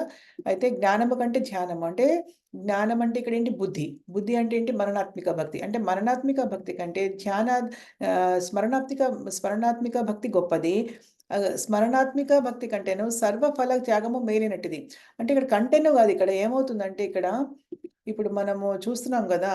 అభ్యాసము ఫస్ట్ అభ్యాసం వస్తుంది. కర్మఫల అంటే ఇక్కడ ఏం చెప్తున్నారంటే అర్థం ఎలా చేసుకోవాలంటే దీన్ని ఇప్పుడు అభ్యాస రూప భక్తి కంటే మరణాత్మిక భక్తి రెండో స్టేజ్ దశ గొప్పది. మరణాత్మిక భక్తి అంటే బుద్ధి జ్ఞానం కంటే స్మరణాత్మిక భక్తి అంటే ధ్యానంతో కూడుకున్న భక్తి అని దానికంటే మేలైనది. ఎప్పుడైతే నువ్వు ఆ స్మరణాత్మిక భక్తికి చేరుకుంటావో నువ్వు నీకు సర్వ ఫల కర్మ త్యాగాలన్నీ ఏవైతే ఉంటాయో అవి నువ్వు ఈజీగా చేయగలుగుతావు అని చెప్పడం అనమాట. అంటే భగవంతుడి పట్ల జ్ఞానం పెంచుకోవాలి. జ్ఞానం అంటే ఇక్కడ రెండవ దశ. అంటే ఏంటంటే బుద్ధిని ఉపయోగించి భగవంతుడి గురించి తెలుసుకోవడము. ధ్యానం అంటే ఇక్కడ స్మరణాత్మిక భక్తి. ఇది జ్ఞానం కంటే గొప్పది అని చెప్తున్నారు అనమాట. ఎందుకంటే జ్ఞానం కంటే ధ్యానం అంటే స్మరణాత్మిక భక్తి గొప్పది. అయితే భగవంతుడి మీద ధ్యానం చేయడం ద్వారా ఆయన గుణగణాల మీద ధ్యానం చేయడం ద్వారా మనం సర్వ కర్మ ఫల త్యాగం చేయడానికి అవకాశం కలుగుతుంది. అంటే అలాంటి వాళ్ళు ఈజీగా సర్వ కర్మ ఫలాల త్యాగం చేసేస్తారు. వాళ్ళు తీసుకోరు కర్మదనమాట. ఫల త్యాగం చేసేస్తారు. వాళ్ళు చేసే కర్మల పట్ల త్యాగం చేస్తారు ఫలాల్ని అనమాట. వాళ్ళు తీసుకుందాం అనుకోరు. మనం ఇటువంటి కర్మ ఫలితాలని సులభంగా త్యజించగలుగుతాము. ఎప్పుడైతే మనం స్మరణాత్మిక భక్తికి వెళ్ళడం దశల వారీగా చెప్తారు. అంతే దీంట్లో ఒక కన్క్లూజన్ ఇస్తున్నారనమాట. ఏంటంటే ఫస్ట్ మనం అభ్యాస రూప భక్తి దగ్గర నుంచి తీసుకుంటే అభ్యాస రూపం నుంచి మరణాత్మిక నుంచి స్మరణాత్మిక. సో స్మరణాత్మక భక్తితో ఎప్పుడైతే మనం రీచ్ అయ్యామో అప్పుడు సర్వ ఫల కర్మల త్యాగం అంతా కూడా సర్వ కర్మ ఫల త్యాగం ఈజీగా జరుగుతుంది అని చెప్తున్నారు. అన్నింటినీ ఈజీగా మనం త్యజించగలుగుతాం అనమాట. అంటే నేను చేసే కర్మ యొక్క ఫలితాలని నేను చరించగలుగుతాను అన్న ఒక ఉత్సుకత కలుగుతుంది. సులువుగా చరించగలుగుతాము. ధ్యానం చేస్తే గనక ఇవి పాసిబుల్ అవుతుంది. అలాంటి త్యాగం చేసినప్పుడు ఏమవుతుందంటే మనకి శాంతి అనేది వస్తుందన్నమాట. మనశ్శాంతిని పొందుతామని ఇక్కడ చెప్పారు కదా. అటువంటి త్యాగం వలన అంటే మన సర్వ కర్మ ఫల త్యాగం వల్ల మనకి మనశ్శాంతి లభిస్తుందన్నమాట చాలా. నేను చేసే కర్మ ఫలితాలని నేను అనుభవించాలనే భావన అసలు పోతుందన్నమాట. ఆసక్తి పోతుంది. దాని మీద వ్యామోహం పోతుందన్నమాట. అప్పుడు ఆ వ్యామోహం పోయినప్పుడు ఏమవుతుంది? మనకి శాంతి అనేది కలుగుతుందన్నమాట. చాలా శాంతిగా ఉంటుంది. అయితే ఇప్పుడు ఒక విషయం మనం అర్థం చేసుకోవాల్సింది ఏంటంటే ఈ ఫస్ట్ నుంచి చెప్తున్నాం కదా. స్మరణాత్మిక భక్తి అనేది బెస్ట్ అని చెప్పేసి. అయితే స్మరణాత్మిక భక్తి కలిగిన వాళ్ళు ఎంతసేపటికి భగవంతుడి మీద ధ్యానం చేస్తే నేను ఒక మూల కూర్చుంటానని అనుకోరు వాళ్ళు. స్మరణం చేస్తూ ఉంటారు భగవంతుడిది చాలా ఇదిగా. ఒకప్పుడు ఒక మూల కూర్చున్నప్పుడు మెడిటేషన్ చేసుకుంటూ ఉంటారు భగవంతుడి మీద మనసు లగ్నం చేసి. కానీ వాళ్ళు భగవంతుడి సేవ కూడా చేస్తారనమాట. అంటే భగవంతుడి సేవ కూడా చేయాలని అనుకుంటారనమాట. మనసులో భగవంతుడి మీద ఇంత ప్రేమ ఉంటే సేవ అనేది ఎవరైనా చక్కగా చేస్తారు కదా. అంటే నాకు ప్రేమ ఉంది కానీ నేను సేవ చేయనంటే కుదరదనమాట. సో ప్రేమతో పాటు వాళ్ళు సేవ కూడా చేస్తారనమాట. కానీ కేవలం ఇంద్రియాలని మాత్రం ఆయన సేవలో ఉపయోగించేవాళ్ళు అభ్యాస రూప భక్తిలో. ఆయన మీద మనసు లగ్నం చేయలేకపోవచ్చు. ఆయన గురించి ఆలోచించలేకపోవడం అంత గొప్ప భక్తి కాదనమాట. స్మరణాత్మిక భక్తి అన్నిటికంటే చాలా ఉత్తమమైనటువంటి దశ. కానీ దాంట్లో సేవ కూడా ఉంటుందన్నమాట. ఎవరైతే స్మరణాత్మిక భక్తిలో ఉంటారో భక్తులు వాళ్ళందరికీ ప్రేమ కొద్దీ భగవంతుడి మీద సేవ చేస్తారు ఆయనకి. మిగతావన్నీ కొంచెం తక్కువ భక్తి ఉన్నాయన్నమాట. కానీ ప్రాథమిక దశలో ఉన్న వాళ్ళు మాత్రం అంత కొత్తగా భక్తిని ఆరంభించే వాళ్ళకి అంత స్మరణాత్మిక భక్తి అనేది అప్పుడే రాదు కదా. చాలా టైం పడుతుంది దానికి ఇంకా. అంత పొంగి పొర్లే ప్రేమ భగవంతుడి మీద ఇంకా అప్పుడే రాదు వాళ్ళకి. నెమ్మదిగా వస్తుందన్నమాట. సో, ఇలా మొట్టమొదటి 7 శ్లోకాల్లో సాకార భక్తి ఆధిపత్యం చెప్పారు. తర్వాత 8-12 వరకు వివిధ రకాల భక్తి దశలు. ఇప్పుడు చివరి 8 శ్లోకాల్లో ఏం చెప్తారు అంటే, మనము ఆయన ప్రేమకు పాత్రులవ్వాలంటే, ఆయనకి ప్రియ భక్తులవ్వాలంటే, మనకు ఉండాల్సినటువంటి లక్షణాలేంటన్న విషయాన్ని ఇప్పుడు నెక్స్ట్ ఇప్పుడు ఇక్కడితోటి 5 దశలయిపోయింది. ఈ 12వ శ్లోకంలో 5 దశల పట్ల మనకి ఏంటంటే, 5 దశల ఒక బ్రీఫ్ ఇచ్చారిక్కడ మనకి ఏంటన్నది. సో, ఇప్పుడు నెక్స్ట్ అది. మనకి ఇంకా ఇది మనం చదవలేదు. ఒకసారి మనం ఇది చదువుదాము. నరసింహ ప్రభు మీరు చదవండి. హరే హరే కృష్ణ మాత. హరే కృష్ణ. మీరు శ్లోకం మనం చదవండి. శ్రేయసి జ్ఞానమభ్యాసాత్ జ్ఞానం విశిష్యతే జ్ఞానత్ కర్మ ఫల త్యాగాశ్చాంతిరనంతరం. అనువాదం: ఈ అభ్యాసంను నీవు చేయలేకపోయినచో జ్ఞాన సముపార్జనమునందు నియుక్తుడవుము.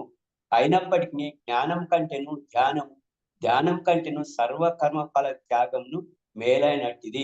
ఏలయన అట్టి సర్వకర్మ ఫల త్యాగం వలన మానవుడు మనశ్శాంతిని పొందగలుగును. భాష్యం: గడిచిన శ్లోకములందు చెప్పబడినట్లు భక్తియుక్త సేవ 2 రకములు. భక్తి యోగ యొక్క విధి నియమములను అనుసరించి చేయు మార్గం ఒకటి కాగా, దేవాదేవుని యందు పూర్తి ఆసక్తిని కలిగి ఉండు మార్గము మరొకటి. కృష్ణ చైతన్య నియమములను వాస్తవంగా పాటింపలేని వారు జ్ఞాన సముపార్జన చేయుట ఉత్తమము. ఎందుకనగా అట్టి జ్ఞాన సముపార్జన చే మానవుడు తన నిజ స్థితిని అవగాహన చేసుకొనగలడు. అట్టి జ్ఞానము క్రమముగా ధ్యాన స్థితికి పెంపొందగలదు. జ్ఞానం వలన క్రమముగా మానవుడు దేవాదేవుని అవగాహన చేసుకొనగలడు. ఆత్మయే బ్రహ్మము అని తెలియజేయుటకు కొన్ని విధానములు కలవు. భక్తియుక్త సేవ యందు నెలకొనుట ఆసక్తుడు కానిచో వారు అట్టి ధ్యానమును అవలంబింపవచ్చును. అతడు అట్టి ధ్యానం చేయలేనిచో వైదిక ధర్మమును పాటింపవచ్చును. వీనిని మనం భగవద్గీత యందలి చివరి అధ్యాయం నుండి తెలుసుకొనగలుగుదుము. కానీ అన్ని మార్గములందును మానవుడు తన కర్మ యొక్క ఫలమును త్యాగం చేయవలసి ఉన్నది. అనగా కర్మఫలమును ఏదో సత్కార్యం కొరకై వినియోగింపవలసి ఉండును.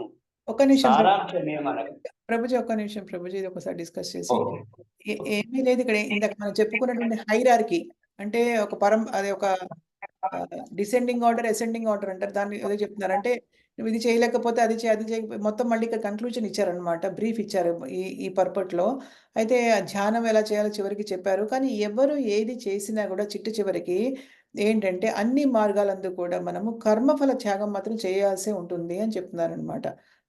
సో, అందుకని కర్మఫలాన్ని ఏదో ఒక సత్కార్యానికి వినియోగించాలి. మనకి మనం సంపాదించుకుని మనం ఎంజాయ్ చేసేది కాదు. మన కర్మ ఫలితాలను కర్మ అంటే ఏమీ లేదు, మనం చేసే పని.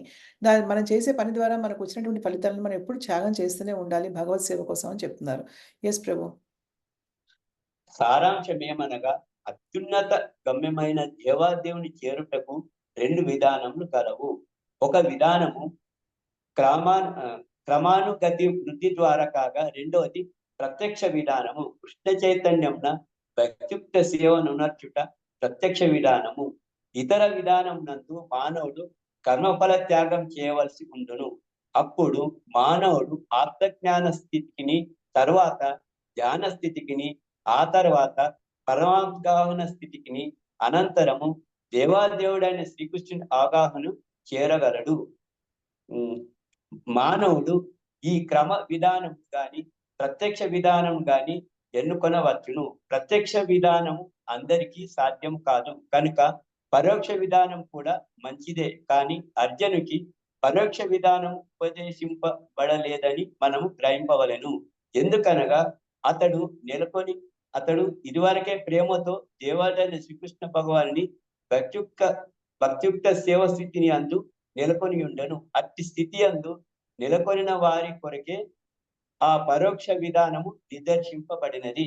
వారు త్యాగము, ఆత్మజ్ఞానము, ధ్యానము, బ్రహ్మానుభూతి, పరమాత్మానుభూతికి క్రమముగా వృద్ధి నొందు విధానమును తప్పక పాటింపవలను. కానీ భగవద్గీత యందు ప్రత్యక్ష విధానమే నొక్కి చెప్పబడినది కనుక ప్రతి ఒక్కరూ ప్రత్యక్ష విధానమును స్వీకరించి దేవుడైన శ్రీకృష్ణ భగవానుకి శరణు పొందవాలని ఆదేశింపబడిరి. హరే కృష్ణ మాత. హరే కృష్ణ ప్రభు. దీంట్లో ఏమీ లేదు. ఇప్పుడు వేరేవన్నీ ఏంటంటే చాలా లేట్ అవుతాయన్నమాట. కానీ ప్రత్యక్ష విధానం, పరోక్ష విధానం 2 ఉన్నాయి భగవంతుడిని చేరుకోవడానికి. ప్రత్యక్ష విధానం అంటే ఏంటంటే భక్తియుక్త సేవ. దాని ద్వారా భగవంతుడిని ఈజీగా మనం చేరుకోవచ్చు. కానీ పరోక్ష విధానం అంటే ఏంటంటే ఫస్ట్ వాళ్ళేంటి ఇక్కడ చెప్పినట్టు ఇక్కడ మనకొకటి ఇచ్చారు కదా! ఇక్కడ. ఏంటంటే ఫస్ట్ కర్మఫల త్యాగం చేయడం ఫస్ట్ అన్నిటికంటే లోయెస్ట్ దాని నుంచి తర్వాత ఆత్మజ్ఞానము, అభ్యాస రూపం చేసుకున్న తర్వాత ధ్యానంకెళ్ళి తర్వాత బ్రహ్మానుభూతి అంటే బ్రహ్మాన్ని రియలైజ్ అవ్వడం, పరమాత్మ అనుభూతి. తర్వాత అలా ఒక్కొక్క స్టెప్ ఎక్కుకుంటూ ఎళ్తారు. కానీ ఏంటంటే ప్రత్యక్ష విధానంలో మాత్రం కృష్ణ చైతన్యంలో స్వయంగా భక్తియుత సేవ చేసుకోవడం భగవంతుడికి డైరెక్ట్‌గా అనేది చాలా డైరెక్ట్ ప్రాసెస్ అన్నమాట. దానికి ఇంక పరోక్ష విధానం కాదు. ప్రత్యక్ష విధానం అని చెప్తున్నారన్నమాట. సరే ఇంక ఈరోజు ఇక్కడితో ఆపుదాము. ఇక్కడి నుంచి ఏం చెప్తున్నారు ఇంకొక సెక్షన్ స్టార్ట్ అవుతుంది. 13, 14, 20 శ్లోకాలున్నాయి. నెక్స్ట్ వీక్ మాత్రం కొంచెం లేట్ అయినా మనం అవి ఫినిష్ ఆఫ్ చేసేద్దాం ఇంకా. ఇప్పటికి గంటన్నర అవుతుంది మనం మొదలుపెట్టి. అయితే ఏంటంటే ఇప్పుడు ఈ నెక్స్ట్ సెక్షన్‌లో ఏం చెప్తున్నారంటే చక్కగా భగవంతుడికి ఏంటంటే ఆయన ప్రేమకు పాత్రలు కావాలంటే మనకి ఎటువంటి లక్షణాలుంటే భగవంతుడు మనని చాలా ఇంపార్టెంట్. మనకి ఎటువంటి లక్షణాలుంటే భగవంతుడు మనని ప్రేమిస్తాడు అన్న విషయం అన్నమాట. మనందరికీ ఇంపార్టెంట్ ఇది. ఎందుకంటే జనరల్‌గా మనకి ఈ భౌతిక ప్రపంచంలో చాలా దుర్గుణాలుంటాయి నిజం చెప్పాలంటే. ఈర్ష్య, అసూయ, కోపము, ద్వేషము, పగ తీర్చుకోవడాలు అందరి మీద. సో, ఇలాంటివన్నీ మనకుంటాయి. కానీ ఏంటంటే భగవంతుడికి మాత్రం ఇష్టం రావాలి మన మీద. అంటే మనం ఎలా ఉండాలన్న విషయాలు చాలా చక్కగా అన్ని మొత్తం ఐ థింక్ 31 లక్షణాలు చెప్పాడు భగవంతుడు. ఆయనకేమిష్టమో. కనీసం దాంట్లో మనకు ఒక 10 ఉంటాయో లేదో మనం చెక్ చేసుకోవచ్చు నెక్స్ట్ వీక్ అన్నమాట. అంటే మనకి ఎన్ని లక్షణాలున్నాయి మనలో నిజం చెప్పాలంటే అన్నది మనం చెక్ చేసుకోవచ్చు. కానీ అన్ని లక్షణాలున్నాయన్నమాట. సో, ఇంకొకటి చదివితే బానే ఉంటుంది. కానీ ఇంకా నేను కొంచెం టైర్డ్ అయ్యాను ఈరోజు. సో, నెక్స్ట్ వీక్ మనం డెఫినెట్‌గా ఒక్కసారి నేను చెక్ చేస్తాను ఇవి. ఇది ఒక పెద్దగా ఉంది. ఇది కొంచెం చిన్నగానే ఉంది. ఇది కొంచెం పర్వాలేదు. ఇది కొంచెం పర్వాలేదు. ఇది కొంచెం పర్వాలేదు. ఇది కొంచెం పెద్దగా ఉంది. పర్వాలేదు. నెక్స్ట్ వీక్ మనం ఫినిష్ అప్ చేసేయొచ్చు. 12వ అధ్యాయం మనకయిపోతుంది. సో, మనము నరసింహప్రభు లాస్ట్ చదివారు కదా మనము. సో, ఇక్కడ నోట్ చేస్తున్నాను నేను. Last read నరసింహప్రభు.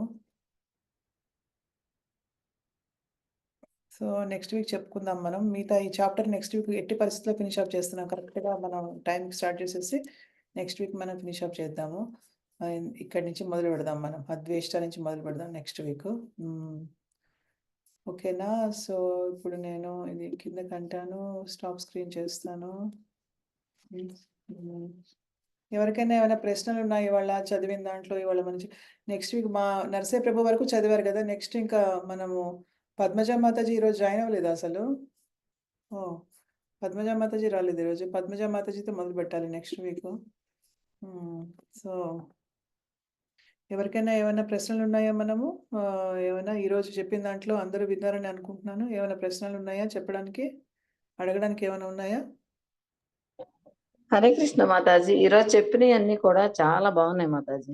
బాగున్నాయా? చాలా మనసుకు హత్తుకునేలాగా ఆమె నెక్స్ట్ చేయాల్సింది ఏంటి అనేది ఒక ఐడియా వచ్చేలాగా అనిపించింది నాకు. ఇక ఎన్ని దశలు ఇప్పుడు ఉన్నాయి కదా! ఎక్కడున్నాము, ఎక్కడికి వెళ్ళాలి? ఇప్పుడు మనం ఎక్కడున్నాము, మనం ఎక్కడికి వెళ్ళాలి అనే ఫీలింగ్ కలిగింది Mataji. Thank you Mataji. Thank you. Yeah! ఇంకా నెక్స్ట్ వీక్ చాలా చాలా బాగుంది ఈ రోజు. ఈ వెర్షన్ అంతా చాలా బాగుంది. ఈ యెస్. వెర్షన్ అంతా చాలా నేను కూడా చాలా నచ్చింది. నాకు కూడా చాలా నచ్చింది అసలు. మనం ప్రిపేర్ అవుతున్నది చాలా మంచిగా అనిపించింది. నిజంగా. భగవంతుడు ఎన్ని రకాలుగా మనల్ని శుద్ధం చేయడానికి ట్రై చేస్తున్నాడు కదా! మనల్ని నిజంగా. నువ్వు అర్జునుడికి చెప్తున్నాడంటే అర్జునుడికి కాదు. ఎందుకంటే అర్జునుడికి మనం ఒక మనకే చెప్తున్నాడు మాతాజీ, అర్జునుడికి కాదు మాతాజీ. అర్జునుడు ఆల్రెడీ ప్రత్యక్ష సంబంధం కలిగి ఉన్నాడని ఇప్పుడే చదివారు కదా నరసింహప్రభు. అవును. ప్రత్యక్ష సంబంధం ఉంది అర్జునుడికి. కానీ మనకి లేదు కాబట్టి మనకి ఇస్తారు. నువ్వు ఇది చేయకపోతే కనీసం అది చెయ్యి. నువ్వు అత్యుత్తమ స్టేజ్‌లో లేకపోతే పోనీ రెండో స్టేజ్‌లో ఉండు. లేకపోతే మూడో స్టేజ్‌లో ఉండు. లేకపోతే కనీసం ఇలాగైనా చెయ్యి. పోనీ కనీసం నా కోసం పనిచేసే వాళ్ళకైనా నువ్వు దాన ధర్మాలు చెయ్యి. పోనీ వాళ్ళనైనా ఎంకరేజ్ చెయ్యి. పోనీ ఆ విధంగానైనా ఇండైరెక్ట్‌గా నా కోసం కర్మ చేసిన వాడివి అవుతావు కదా! డైరెక్ట్‌గా కాకపోయినా అట్‌లీస్ట్ నా కోసం చేసేవాళ్ళకి నువ్వు సహాయం చేస్తే ఇండైరెక్ట్‌గా నాకు చేసినట్టే నువ్వు సేవ. పోనీ అది కూడా చేయలేకపోతే కనీసం ఏదైనా సత్కార్యాలన్నా చెయ్యి కనీసం. పోనీ ఆశ్రమాలకో ఎక్కడికో అక్కడికి పోనీ వాళ్ళకైనా ఇయ్యి పోనీ డబ్బులు. ఆ విధంగా పోనీ త్యాగం చెయ్యి. నువ్వు సంపాదించిన దాన్ని త్యాగం చేయాలి సో ఎప్పుడు. Many options Mataji. So many options. How many options. అంటే ఇక్కడ బేసికల్‌గా నాకు హ్మ్. అర్థమైంది ఏంటంటే, మనకు అర్థం చేసుకోవాల్సింది మనం సంపాదించింది మనం ఉపయోగించుకుంటూ మనం బతికేస్తే మనకి కర్మే అన్నమాట. ఫర్దర్ బాండేజ్ అంతే. ఇక్కడ మళ్ళీ ఇంకా మనం ఎక్కువ రోజులు ఈ భౌతిక ప్రపంచంలో ఉండాల్సొస్తుంది. కాకపోతే ఏదో కొంచెం త్యాగం అనేది ఉండాలి. అది కృష్ణ చైతన్యంలో చేస్తే ఏంటంటే పరిపూర్ణం అవుతుందన్నమాట. వేరేవన్నీ చేసే బదులు. దానాలు కూడా ఇష్టం వచ్చినట్టు ఇచ్చే బదులు కరెక్ట్‌గా ఉపయోగపడాలి అంటే మనం కృష్ణ చైతన్యంలో మనం చేయాలన్నమాట. అది. కానీ ఇన్ని రకాల భక్తి ఉన్నాయని ఇలా చెప్పడం వల్ల బాగా తెలిసింది మాతాజీ. Thank you mother. అదే దశలు అన్ని దశలు ఉన్నాయి. మనం దశలో మనం ఏ ఉన్నట్టు దశలో ఉన్నామో మనం ఆలోచించుకోవాలి. మనం ఏ దశలో ఉన్నాం. ఏ దశలో మొట్టమొదటి దశలోనే ఉన్నట్టు ఇలా తెలుసుకుని మనం స్టెప్ బై స్టెప్ ఎలాగా భక్తిని పెంపొందించుకోవాలని అర్థమైంది మాతాజీ. Thank you Mataji. అవును. ఇలా చేస్తే మనం బాగా భక్తిలోకి వెళ్తాము. ఇంత జ్ఞానం వచ్చిందన్నమాట. మనము ఏ స్టేజ్‌లో ఉన్నా కూడా మనం మనం వెళ్ళాల్సిన స్టేజ్ ఏంటంటే అతి ఉత్తమమైనటువంటి స్టేజ్. ఫస్ట్ స్టేజ్‌కెళ్ళాలి. స్మరణాత్మక భక్తి మనం లక్ష్యంగా పెట్టుకోవాలన్నమాట. ఏ స్టేజ్‌లో ఉన్నా కూడా ఆ స్టేజ్ రీచ్ అవ్వడానికి పెట్టుకోవాలి. అవునండి. జ్ఞాన భక్తికి రీచ్ అవ్వాలండి. హ్మ్. అని కృష్ణుడు అంటే ఏంటో అసలు ఎలాగానే మొత్తం ప్రాసెస్ ఫస్ట్ మీ వల్ల తెలిసింది. తర్వాత కృష్ణుడి యందు భక్తితో ఎలా ఉండాలి, ఏం చేస్తే మనం భక్తి పొందుతాము అని తెలిసింది. ఇంకా తెలుసుకోవాలంటే ఇవన్నీ ఆచరిస్తే ఇంకా బాగా తెలుసుకోగలుగుతామని తెలిసింది Mataji. Yes. Exactly correct Mataji. ఇంకా తెలుసుకోవాలంటే ఇప్పుడు ఎన్ని స్టేజెస్ ఉన్నాయి చూడండి. ఇప్పుడు చాలామంది దేవుళ్ళకి మాలలు కడుతుంటారు, అవి కడుతూ ఉంటారు. కానీ స్మరణ అనేది ఉందో లేదో మనకు తెలీదు. అంటే చేతులతో చేస్తూ ఉంటారు. ఏదో ఆలోచిస్తూ చేస్తూ ఉంటాం గదా! మామూలుగా పూలు కడుతున్నప్పుడు ఏదో భగవంతుడి కోసమే కట్టినా గూడా మనసు ఆయన మీద లగ్నం అవ్వదన్నమాట. సో, మనసు ఆయన మీద లగ్నం అవ్వడం అనేది చాలా ఇంపార్టెంట్. అది సాధనతో వస్తుంది. ఒకరోజు ప్రాసెస్ కాదిది. ఒక రోజుది కాదిది. కృష్ణ చైతన్యం అనేది కొన్ని సంవత్సరాలు చేస్తే డెఫినెట్‌గా అన్నీ వస్తాయి. అన్నీ చేయగలుగుతాం మనం. ఆ స్థితికి మనం చేరుకోగలుగుతాం మనం. నెమ్మదిగా భగవంతుడు ఆ శక్తి మనకిస్తాడనమాట. హ్మ్. అంటే ఆ సాధన అనేది వదలకూడదు. అలా కంటిన్యూ చేయాలి. మనం ఈ భూప్రపంచంలో అదే ఆధ్యాత్మిక ఎదగాలంటే మనము ఈ భౌతిక సంబంధమైన విషయాల్లో ఎక్కువ ఉండకుండా మనం ఆధ్యాత్మికలో ఉండేలాగా మనం ప్రాసెస్ ఉండాలండి. మన అర్థమైంది. అంటే రోజు రోజుకి మనం భగవంతుడికిచ్చే టైంని పెంచుకుంటూ వెళ్ళాలి మనం. ఎందుకంటే అసలు అవును. మొత్తంగా మన ఇంద్రియాలన్నీ కూడా భగవంతుడి సేవలో వినియోగించాలి. మనం ఎంత వినియోగిస్తున్నామో మనమే ఎస్టిమేట్ ఏసుకోవచ్చు. రోజుకి మనం ఎంతసేపు వినియోగిస్తామో భగవంతుడి కోసం, వేరే వాటికి ఎంత వినియోగిస్తున్నాం టైము అన్నమాట. సో, ఇప్పుడు మనం తెలుసుకున్నాం గదా! అట్‌లీస్ట్ మూడోదేంటి? నువ్వు మరణాత్మిక బుద్ధితో కూడా చేయలేకపోతే నువ్వు కనీసం నీ ఇంద్రియాలన్నిటిని దాంట్లో ఉపయోగించు అంటున్నారు గదా భగవంతుడు. సో, అలా మన ఇంద్రియాలన్నీ ఉపయోగిస్తే శుద్ధమవుతాయి గదా! సో, అది ఎంతవరకు మన ఇంద్రియాలని మనం ప్రతిరోజు భగవంతుడి సేవలో వినియోగిస్తున్నాం అనేది చాలా ఇంపార్టెంట్ అనమాట. హ్మ్. ఇవన్నీ ఆటోమేటిక్‌గా అయితే దీని గురించి మనం సెపరేట్‌గా మనం ఏ ప్రయత్నము చేయక్కర్లే. సో, గుడ్ న్యూస్ ఏంటంటే దీని గురించి మనం ఏ లెవెల్‌లో ఉన్నాం, ఇప్పుడు ఆ లెవెలా, ఈ లెవెలా, ఎలాగా మరి ఎలా అవన్నీ కూడా ఆలోచించక్కర్లే. జస్ట్ మన నామం తీసుకుంటే చాలు. భగవంతుడి నామం తీసుకొని కొన్ని నియమాలు పాటించడం మొదలుపెట్టాలి. మొదలు పెడుతూ ఉంటే జస్ట్ ఇంక దాంతో పాటు చాంటింగ్‌తో పాటు నియమాలంతే. నియమాలతో పెట్టుకుంటూ వెళ్తుంటే ఆటోమేటిక్‌గా అన్నీ సిద్ధిస్తాయన్నమాట. సో, దానికి మనం ప్రయత్నం చేద్దాం. నెమ్మదిగా మనం చాంటింగ్ మంచిగా చేసుకుంటే గనక చాంటింగ్‌లో అది డెఫినిట్‌గా అన్నీ ఇచ్చేస్తాడు భగవంతుడు. ఏమాత్రం మన ప్రత్యేకమైన ప్రయత్నం ఎండీవర్ అవసరం లేదు. ప్రత్యేకంగా మనం దేని గురించి మనం ప్రయత్నం చేయనక్కర్లే. జస్ట్ భక్తియుక్త సేవలో నామం తీసుకోవడం ద్వారా ప్రతీదీ మనం సాధించుకోగలుగుతాము. ఈ అధ్యాయం హరే చాలా కృష్ణ బాగుంది మాతాజీ. మాతాజీ. యాహ్! హరే కృష్ణ మాతాజీ. హరే కృష్ణ నరసింహ ప్రభు చెప్పండి. ఉత్తమ కర్మలు చేయటం వలన జీవితంలో సత్ఫలితాలు కలుగుతాయని భగవద్గీత సారాంశం బాగా నచ్చింది మాతాజీ. ఓకే ప్రభు. ఉత్తమ కర్మలు హరే కృష్ణ సత్ఫలితాలు మాతాజీ. భగవద్ ధ్యానం చేయడం, హరే కృష్ణ ధ్యానం చేయడం జీవితంలో ఆధ్యాత్మికంగా మనం భగవంతుని సన్నిధి చేరాలనే సందేశం గాలను. యెస్ ప్రభు. దాంట్లో మనకి ఎలా చెప్పారు కదా! భక్తియుక్త సేవ అంటే ఏమేం చేయొచ్చు అవన్నీ చెప్పారు కదా! హ్మ్. మిమ్మల్ని నేను ఏకాదశి ఉండమన్నాను. ఉన్నారా మొన్న? ఉన్నాం మాతాజీ. ఓహ్! థాంక్స్ ప్రభు. మరి చెప్పరే మరి ఆ విషయం చెప్పాలి నాకు. మీ అభివృద్ధి ఎలా జరుగుతుందో చెప్పాలి గదా! హ్మ్. మాతాజీకి మీ ఆవిడకి కూడా కాల్ చేసి మాట్లాడాను గదా! ఏమేం చేయొచ్చో. ఏం తిన్నారు ఆ రోజు మరి ఏకాదశి రోజు? ఏం తిన్నారు? అదే మీరు కిచిడి అని చెప్పారు కదా మాతాజీ. ఆ! అదే మిగతా పాలు తాగినాం. పాలు తాగారా? ఫ్రూట్స్ కూడా తినొచ్చు మంచిగా. పుచ్చకాయ ఇలాంటివన్నీ పప్పయ్య అంటే బొప్పాయి పండు ఇవన్నీ దొరుకుతాయి కదా ఇండియాలో చక్కగా. ఇక్కడైతే దొరుకుతాయి మాత్రం, దొరుకుతాయి మాత్రం. ఫుల్‌గా 2 బొప్పాయాలు తిన్నారంటే కడుపు ఇంత ఫుల్ అయిపోతుంది అసలు నిజంగా. ఆకలే అనిపించదు అసలు. అవును. సో, మీరు మీరు బొప్పాయి తినొచ్చు, పుచ్చకాయ తినొచ్చు, తర్బూజా అంటారు కదా! కర్బూజానా? కర్బూజా. అవును మాత్రం. అవునవును. అలాంటివి తినొచ్చు. అవేంటంటే చాలా ఫిల్లింగ్‌గా ఉంటాయి. నేను అవే పెట్టుకుంటాను. తర్వాత పల్లీలు ఉడకబెట్టుకొని చక్కగా ఉప్పేసుకొని పల్లీలు ఉడకబెట్టుకొని తినొచ్చు. అది చాలా కడుపు నిండిపోతుంది.